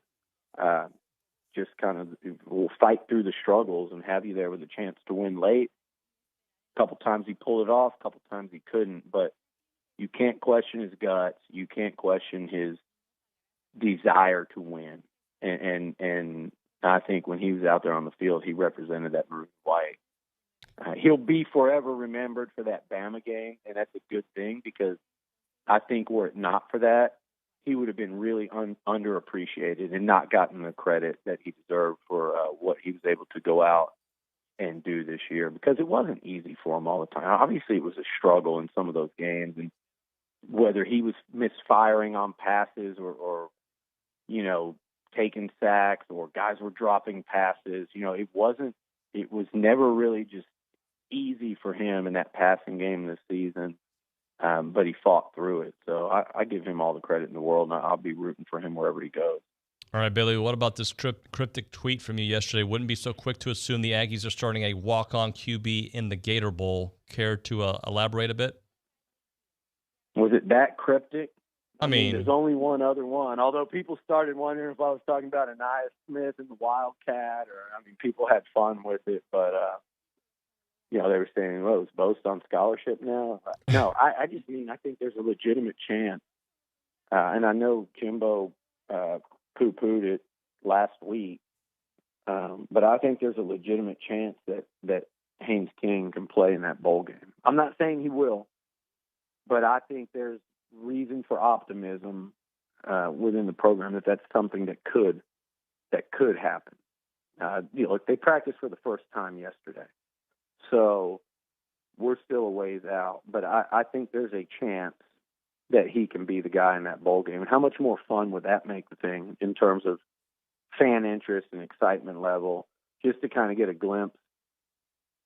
There's part of me that's like, gosh, kind of unfair. Like you're going to throw him out there. He hasn't played in months. But if that happens, I think that's pretty exciting.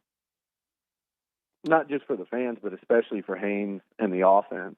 Again, not saying it will, but I would not rule that out by any stretch of the imagination. I would not rule that out until Jimbo Fisher, prior to that, between now and the bowl game, says no, he's not playing. I would not rule that out as a possibility. And if not, then you're starting to walk on true freshmen in a bowl game, and that'll be really interesting to see how A&M adjusts around that. Hey, Billy, anything to update when it comes to the defensive coordinator search? I know they can take their time. We got signing day coming up tomorrow, but anything new? No update at all. That's and I don't think you're not going to have one before signing day. I kind of said that last week. I just didn't think that I thought the signing class was going to take precedence. That doesn't mean that Jimbo Fisher's not trying to figure out exactly what they're going to do with that defense, and it could be. I hear a lot of stuff with the names Tyler Santucci and Elijah Robinson attached to it. So it'll be fascinating to see where he goes. But again, they're not trying to rush into anything in terms of just, hey, let's get this done before signing day. So I think right now the emphasis is on completing that class, and those guys are doing a great job of it, to be honest with you. So the more interesting one to me coming up, just maybe not more, but equally as fascinating, is what does A&M do? Because they have to, in my opinion, they have to take a transfer quarterback at this point. Yep. you cannot go into a season with two quarterbacks that combine to start 2, maybe 3 games career, and one of them being a true freshman, no matter how talented that true freshman is. And we know what Wigman's talent level is. He'll be here at the midterm, thank goodness, because of the situation. They probably couldn't even complete practices at this rate. But I think you've got it. I think you have to. You can't go into a college football season, much less the SEC, with just 2 scholarship quarterbacks. Once Eli Stowers moved to tight end, that was the situation this year. And Zach Calzada was that close to being injured against Bama and not playing the rest of the season. I don't know if A&M would have won another game besides Prairie View had that happened.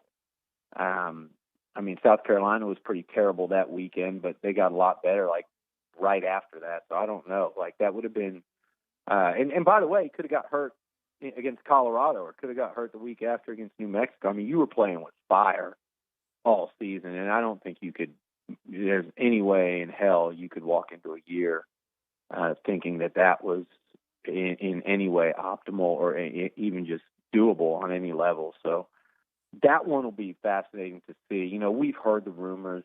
People are, I think, jumping way out in front of themselves with the Max Johnson stuff. Bo Nix is out there in the portal. I think there's a really talented guy in Incarnate Word that's gone in. Quarterback, I just named 3, just 2 that were kind of obviously the big names in the conference and then one random. But there's just so many of them out there that, with Jimbo Fisher's reputation. And I heard you guys talking earlier, David. The one thing I disagree with is saying, well, I think Charean and you guys were agreeing that it would be a hard sell. I think Haynes King is the freaking truth, and I think Connor Wigman is as talented as dude as I've seen A&M sign at quarterback in terms of just raw football talent. Listen, if you're a quarterback that started a bunch of games at the Power 5 level, much less had some success, and you're looking at your situations around the country, if I'm looking at A&M, how many places are you looking at where the combined starts on the roster are 2? And it's just, I think that's actually it's a high level SEC gig. You're coached by Jimbo Fisher, and it's a good football team. It's not like a team at the bottom of the standings that's trying to come up. It's a ranked football team that spent a lot of the season in the top 10 the last 2 years. So I actually think it's a very appealing destination. Now, I think if someone got here, you're like, hey, Haynes King, you'd realize really quickly how special he is. But I'm just putting myself in that quarterback shoes, and all you want is a chance to compete. And there aren't many places where you just say, okay, that job's just mine no matter what. But when you have 2 starts at quarterback, and one of the guys is a true freshman and the other one's really talented, but he hadn't played, and there's only 2 scholarship guys on campus, there's not going to be many options that look better. Every campus has a guy that they feel good about. Now, am I betting against number 13? Hell no. I think he's the guy. I think he's going to be a breakout player in the SEC next season. Billy, we got to drop it right there, man. I agree with you 100%. That was kind of my point to OB. Thanks, man, for joining us. We'll see you tomorrow for signing day. All right, buddy. Later. Billy Lucci there. All right, we'll come back with Chris Landry. Apologies to him. He had to be on hold for a little bit. We'll have him next on TexAgs Radio. I'm Chelsea Reber with your community calendar on the Zone. Stage Center Theater in downtown Bryan invites you to rediscover the holiday spirit in A Christmas Carol, a live radio play. Tickets are available now at stagecenter.net. The Robertson County Zero Tolerance Coalition invites you to a Christmas celebration station on Sunday from 2 to 6 p.m. at First Baptist Church in Hearn. The free event includes pictures with Santa, arts and crafts, and hot chocolate. Brazos Valley Juniors invite you to their first annual 4v4 Holiday Volleyball Tournament on Sunday, December 19th. Find more information at brazosvalleyjuniors.com. For more information about becoming a Master Gardener, visit brazosmg.com. You can hear the Aggies take on Wake Forest New Year's Eve, Friday, December 31st, right here on The Zone, with the pregame at 9 a.m. and kickoff at 10. You can hear the Gator Bowl on Sports Radio 1150 AM and 93.7 FM, presented by T-Mobile, the official 5G sponsor of the SEC. I'm Chelsea Reber on The Zone. Ryan Broadcasting congratulates College Station Cougar football as they head to the state championship this Friday at AT&T Stadium. Don't miss any of the action. Listen to the game Friday at 7 p.m. on Maverick 100.9 and streamed online at RadioAggieland.com. Thank you to our sponsors, American Momentum Bank, Zwerneman Flooring, Binford Insect Control, and Kelly Burt Dozer. Tune in to College Station High School football on Maverick 100.9. Go Cougars! Thank you for joining us. Dave South here, ready to introduce you to the home team as they prepare to take the field. That's right. Your home team is the Lester Group, your team for buying and selling real estate in Bryan College Station, led by veteran real estate broker and third-generation local Lance Lester. His team is undefeated when it comes to customer service. As he steps up, he surveys the market, a little shifting on the defense, but Lance always seems to find a matchup that he likes. Quick snap of the offer. Lance drops back, checks his options. He looks downfield. He's got a contract wide open. He throws. It's tipped by inspections, again by the appraisal. Great block by the mortgage lender, and it's caught. And he's in the closing zone. He could go all the way. He's at the 20, the 10, the 5, and he's taking it to the house. Literally taking it to the house for signatures. This deal is closed. The Lester Group is lightning in a bottle.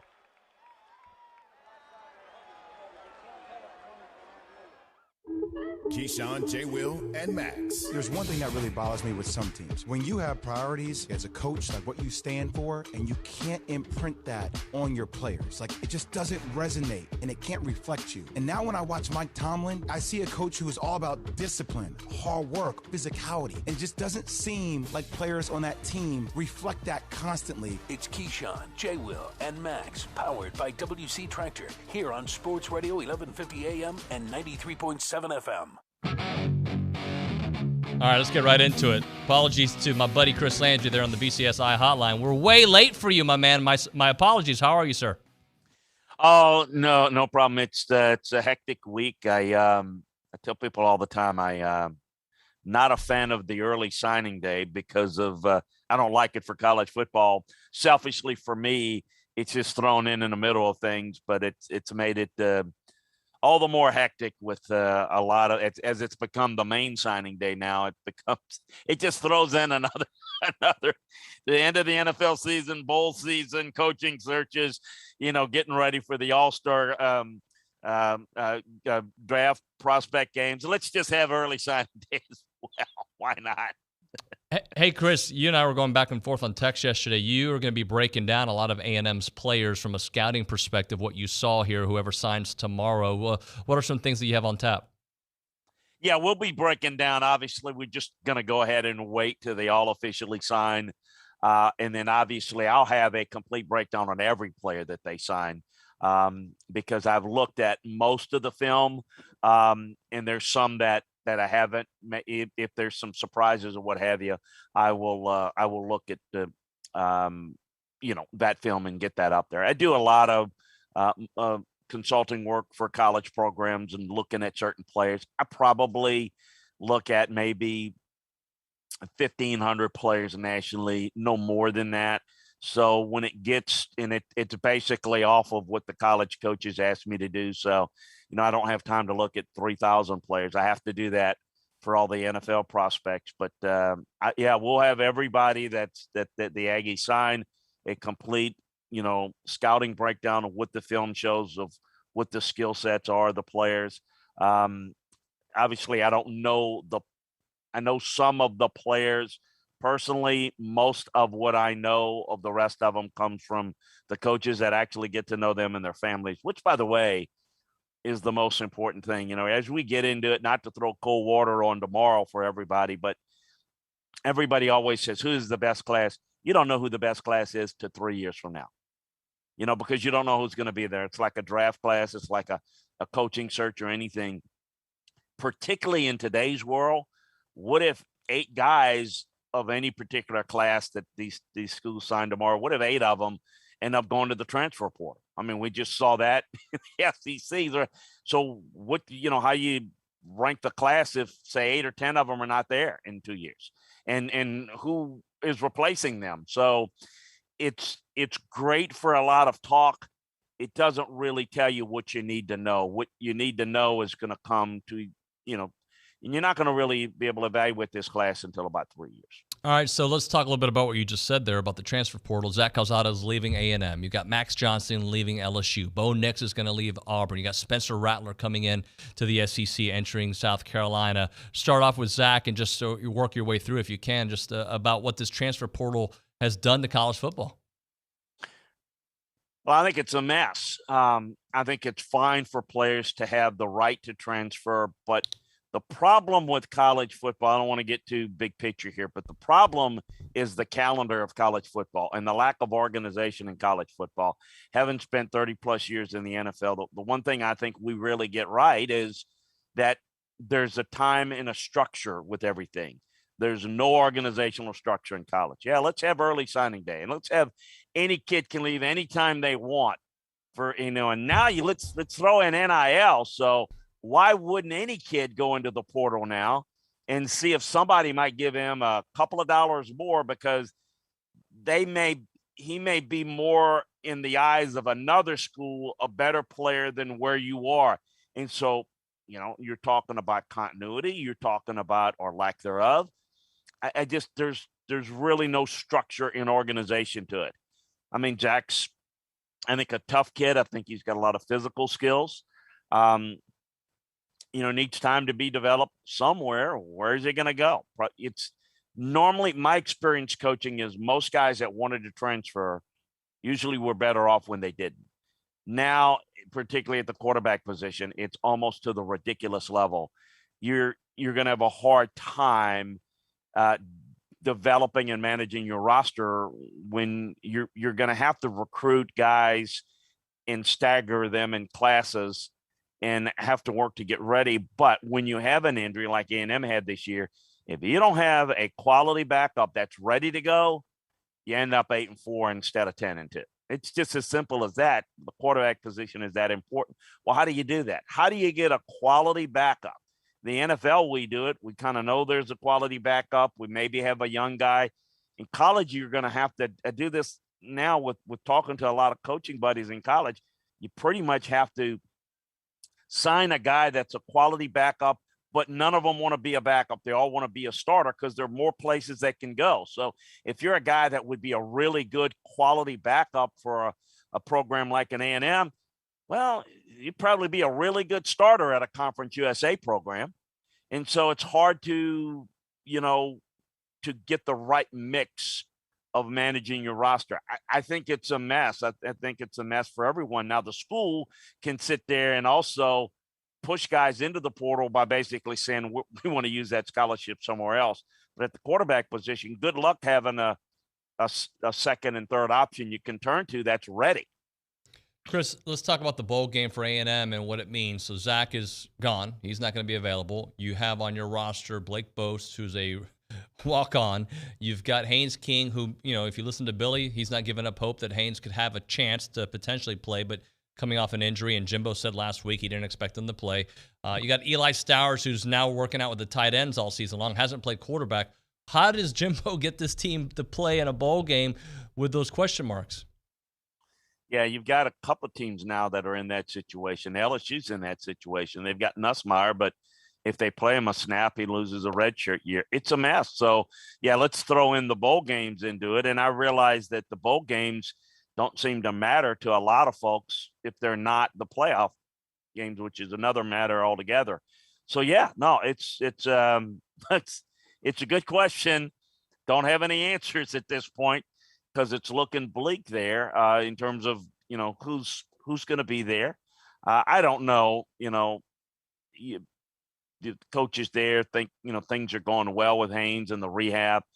I don't know. Obviously that is got to get clearance. And to me, it's not a question of whether he's just gotten clearance medically, but does he give enough reps? And if he does, and he can get some practice work, it's certainly good quality work to get him there, but has he been cleared, and does he do any further risk of harm?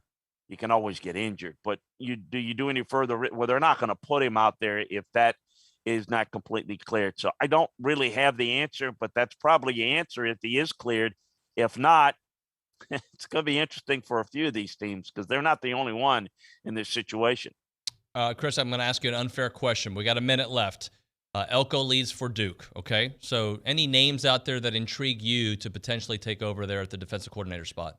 Yeah, no, there's a number of them that I think are really good. I'm not real comfortable with there's one in particular that I've talked with them about that I think would be, well, really two of them that I think would be really good fits. I think Jimbo's got a pretty good idea where he's going to go, but that's obviously timing wise. He'll probably announce that. Well, I don't know when he's going to announce it. Let's just let him do it. But I'll just say this. He's got a pretty good handle on what he wants, what he needs, and who he can get. So we're going to be in good hands is what you're saying to us. I think so. And you never know. Do a lot of this coaching search stuff. The deal's not done till it's done. But I know certainly there are a couple of guys that I think would be really good fits that would pick things up well. And then obviously, we'll see if that works out. And I think the biggest thing is how everything's going to mesh with the staff. And I think things are progressing in a positive direction. I'll say that, not to be cryptic, but I'll leave it there for now. Well, Chris, they took on some DCs this year that I think would consider an upgrade to come to Texas A&M. So if those candidates are out there or anywhere in college football, I think getting this potentially number one class and what's already in place could be a big gig. Chris, we appreciate you, sir, and make sure everybody checks out LandryFootball.com for all the latest and greatest scouting reports out there. Thank you, sir. Hey, thanks a bunch. Take care. You too, my friend. Chris Landry here on TexAgs Radio, presented by David Gardner's Jewelers. One final segment at the 9 o'clock, then Andrew Monaco at the top of the 10 o'clock. It's TexAgs Radio. Your home for the Houston Texans is Sports Radio 1150 AM and 93.7 FM. This is The Zone. Since 1957, Slovakic Sausage in Snook has been making the best tasting sausage in Texas from the same family recipe. Slovakic is the official sausage of Texas A&M Athletics. Whether it's from the grill to the family gathering or from the pit to the neighborhood party, serve the sausage voted best in the Brazos Valley. Serve Slovakic. Be sure to come in and check out their full-service meat market, relax on the front porch, or grab some fresh kolaches from their bakery on your way out. Slovakic Sausage, Highway 60 in Snook. For the ones who are always in the know. Delivery confirmed. For the ones who keep things running. For the innovators and the problem solvers. Grainger offers supplies and solutions for every industry, experienced staff at local branches, and free access to experts to help answer your toughest questions. So whatever challenge you face, we have the knowledge and products to help. Call, click Grainger.com, or just stop by. Grainger, for the ones who get it done. People join Walk MS to raise awareness and funds that change the world for everyone affected by multiple sclerosis. MS attacks the brain and spinal cord. It's the most common neurological disease leading to disability in young adults. Walk MS brings communities together, creating teams with friends, loved ones, and coworkers to rally around those we care about and end MS forever. Join us. Together we are stronger. Walk MS fundraising accelerates research breakthroughs and life-changing breakthroughs. It will take all of our passion, determination, and fundraising to end MS forever. Together, we can change the world for people with MS. Join us. Register today, start a team, and raise funds at walkms.org. Our publications reach every corner of the Brazos Valley, and we want to partner with you in sharing your message with the community. You may recognize a few of our Bryan Broadcasting publications. Best of the Brazos Valley. Brazos Life, the annual manual. Welcome home, Brazos Valley. Brazos Family. Brazos Wellness. Brazos Valley Bride. Peace, Brazos Christian Life. With the combined power of 7 magazine titles, 11 radio stations, and digital solutions, Bryan Broadcasting Publications can help you be heard. Call 979-695-9595 to learn more. Let the Louis Bellina Show and T-Mobile make this the greatest bowl season ever. You can hear the Aggies beat the hell out of Wake Forest on Friday, December 31st, 10 a.m., right here on The Zone thanks to T-Mobile. You can also hear the college football playoffs, the semifinals, the national championship game right here on The Zone, thanks to T-Mobile, the official 5G sponsor of the SEC. Spend your bowl season right here on Sports Radio 1150 AM and 93.7 FM.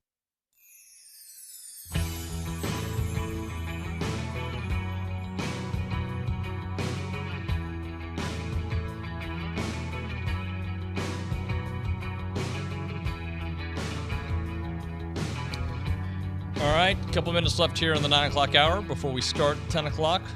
We'll have some recruiting to talk about in the 10 o'clock. We always have some recruiting to get into. Tomorrow is National Signing Day.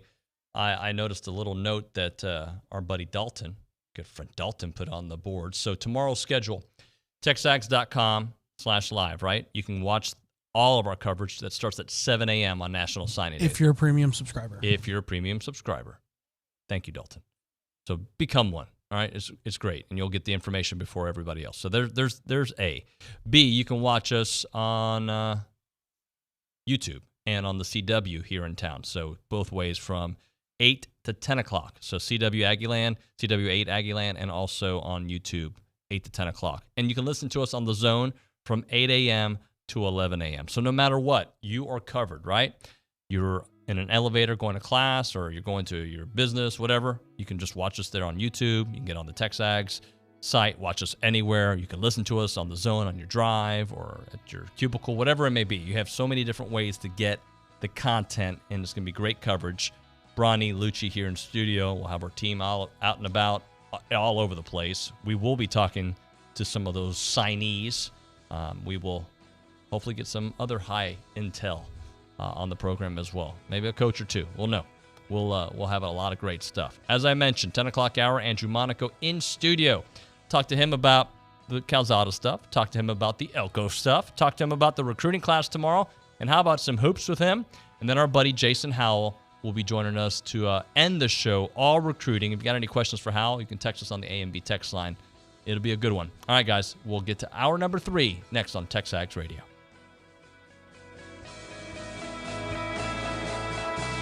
Looking for a gift that's classy and relaxing? Pamper the ones you love this Christmas with a day at the spa. French Door Spa and Salon makes it easy with holiday packages packed with everything. From massages, facials, aromatherapy steam showers, and sea salt glow treatments, with some packages even including champagne and chocolates. French Door Spa and Salon has several different packages to fit any budget. Or drop by anytime and pick up a gift card.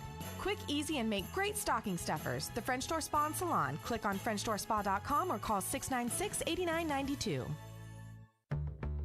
Today, millions of people all across America are building a life in recovery from addiction and mental illness, helping themselves and helping each other, with friends, family, and community lending their strength and support. Join the Voices for Recovery.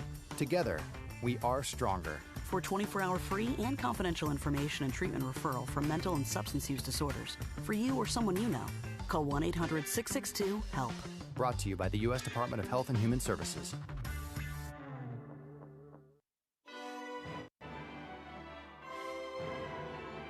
Merry Christmas and Happy Holidays from the Louis Bellina Show, TexAgs Radio, and Chip Howard Sports Talk, the Zone family. This is KZNE College Station Bryan. 'Tis the season. The Zone.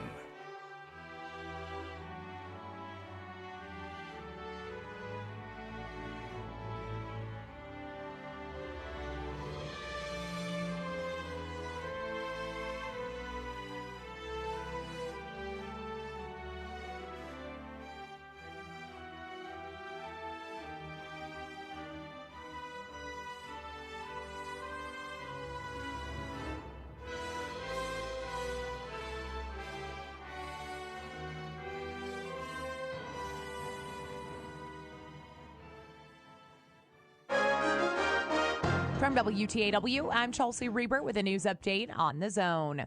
Bryan ISD school board members last night approved limiting the property value increase if Fujifilm Diosynth Biotechnologies decides to bring a $300 million expansion to the bio corridor. This is after the district got approval from the state comptroller's office last July. Consultant Mally Hanley says that's based on 3 factors. One is Fuji would pay more in taxes versus the savings the company would receive. And that's because when they come out of the limitation, they go back for full taxable purposes. They still have enough value that they're paying taxes on for the next 15 years to weigh more in the little balance of saving versus paying. Tonight, the Bryan City Council considers approval of a joint incentive that would reimburse Fuji almost $5 million in property tax money for a 10-year period related to the addition. The 24th time a Bryan man is booked in the Brazos County Jail. He's accused of multiple charges, including leading College Station police on a chase in a stolen truck. According to CSPD tweets, 38-year-old Myron Evans is accused of walking around a parking lot with a hammer and trying to get into cars and even threatening one person with the hammer. Then Evans attempted to take one vehicle before finding keys in an unlocked truck and driving away from the area of Southwest Parkway and Texas Avenue. The chase ended about 6 miles away in Bryan near Finfeather and Pease when Evans was caught after a short foot chase. There are 9 uncontested races for Brazos County elected positions in next year's election. One does not involve an incumbent. Precinct 4 Constable Chief Deputy Hezekiah Carter Jr. is running unopposed for constable, according to the Secretary of State's website. Incumbents running unopposed are County Judge Dwayne Peters, County Clerk Karen McQueen, Place 1 County Court at Law Judge Amanda Motzke, Justice of the Peace Kenny Elliott, Terrence Nunn, and Rick Hill, and Constables Donald Lampo in Precinct 2 and J.P. Ingram in Precinct 3. I'm Chelsea Reber on The Zone. Bryan Broadcasting congratulates College Station Cougar football as they head to the state championship this Friday at AT&T Stadium. Don't miss any of the action. Listen to the game Friday at 7 p.m. on Maverick 100.9 and streamed online at RadioAggieland.com. Thank you to our sponsors, First Financial Bank, the Advised Texas chapter at Texas A&M, Rapid Express Car Wash, and Ed Phillips Plumbing. Tune in to College Station High School football on Maverick 100.9. Go Cougars! What if the music stopped? If the familiar voices were silenced? If there were no breaking news updates? What if your companion and connection to your community came with a monthly fee?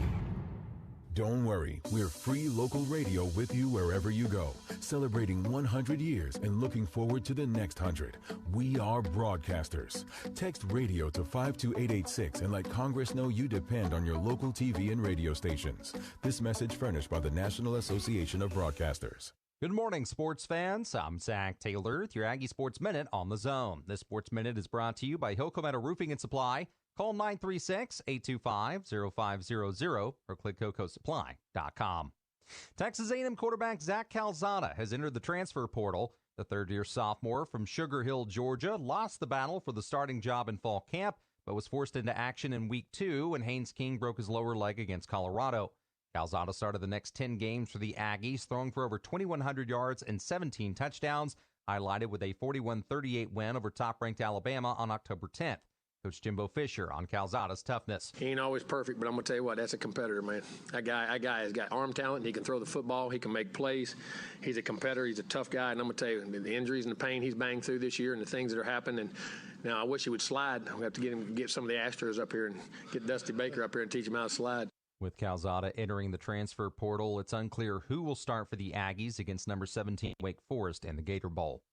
Time for a look at the SEC, brought to you by T-Mobile. South Carolina women's basketball remains number 1 in this week's AP poll, while Tennessee comes in at number 7 and Georgia's at number 17. Kentucky is at 19, LSU's at 22, and Texas A&M is at number 23. And that's been your SEC Sneak Peek, brought to you by T-Mobile, the official 5G sponsor of the SEC. And that's been your Aggie Sports Minute, brought to you by Hilco Metal Roofing and Supply. On The Zone, I'm Zach Taylor.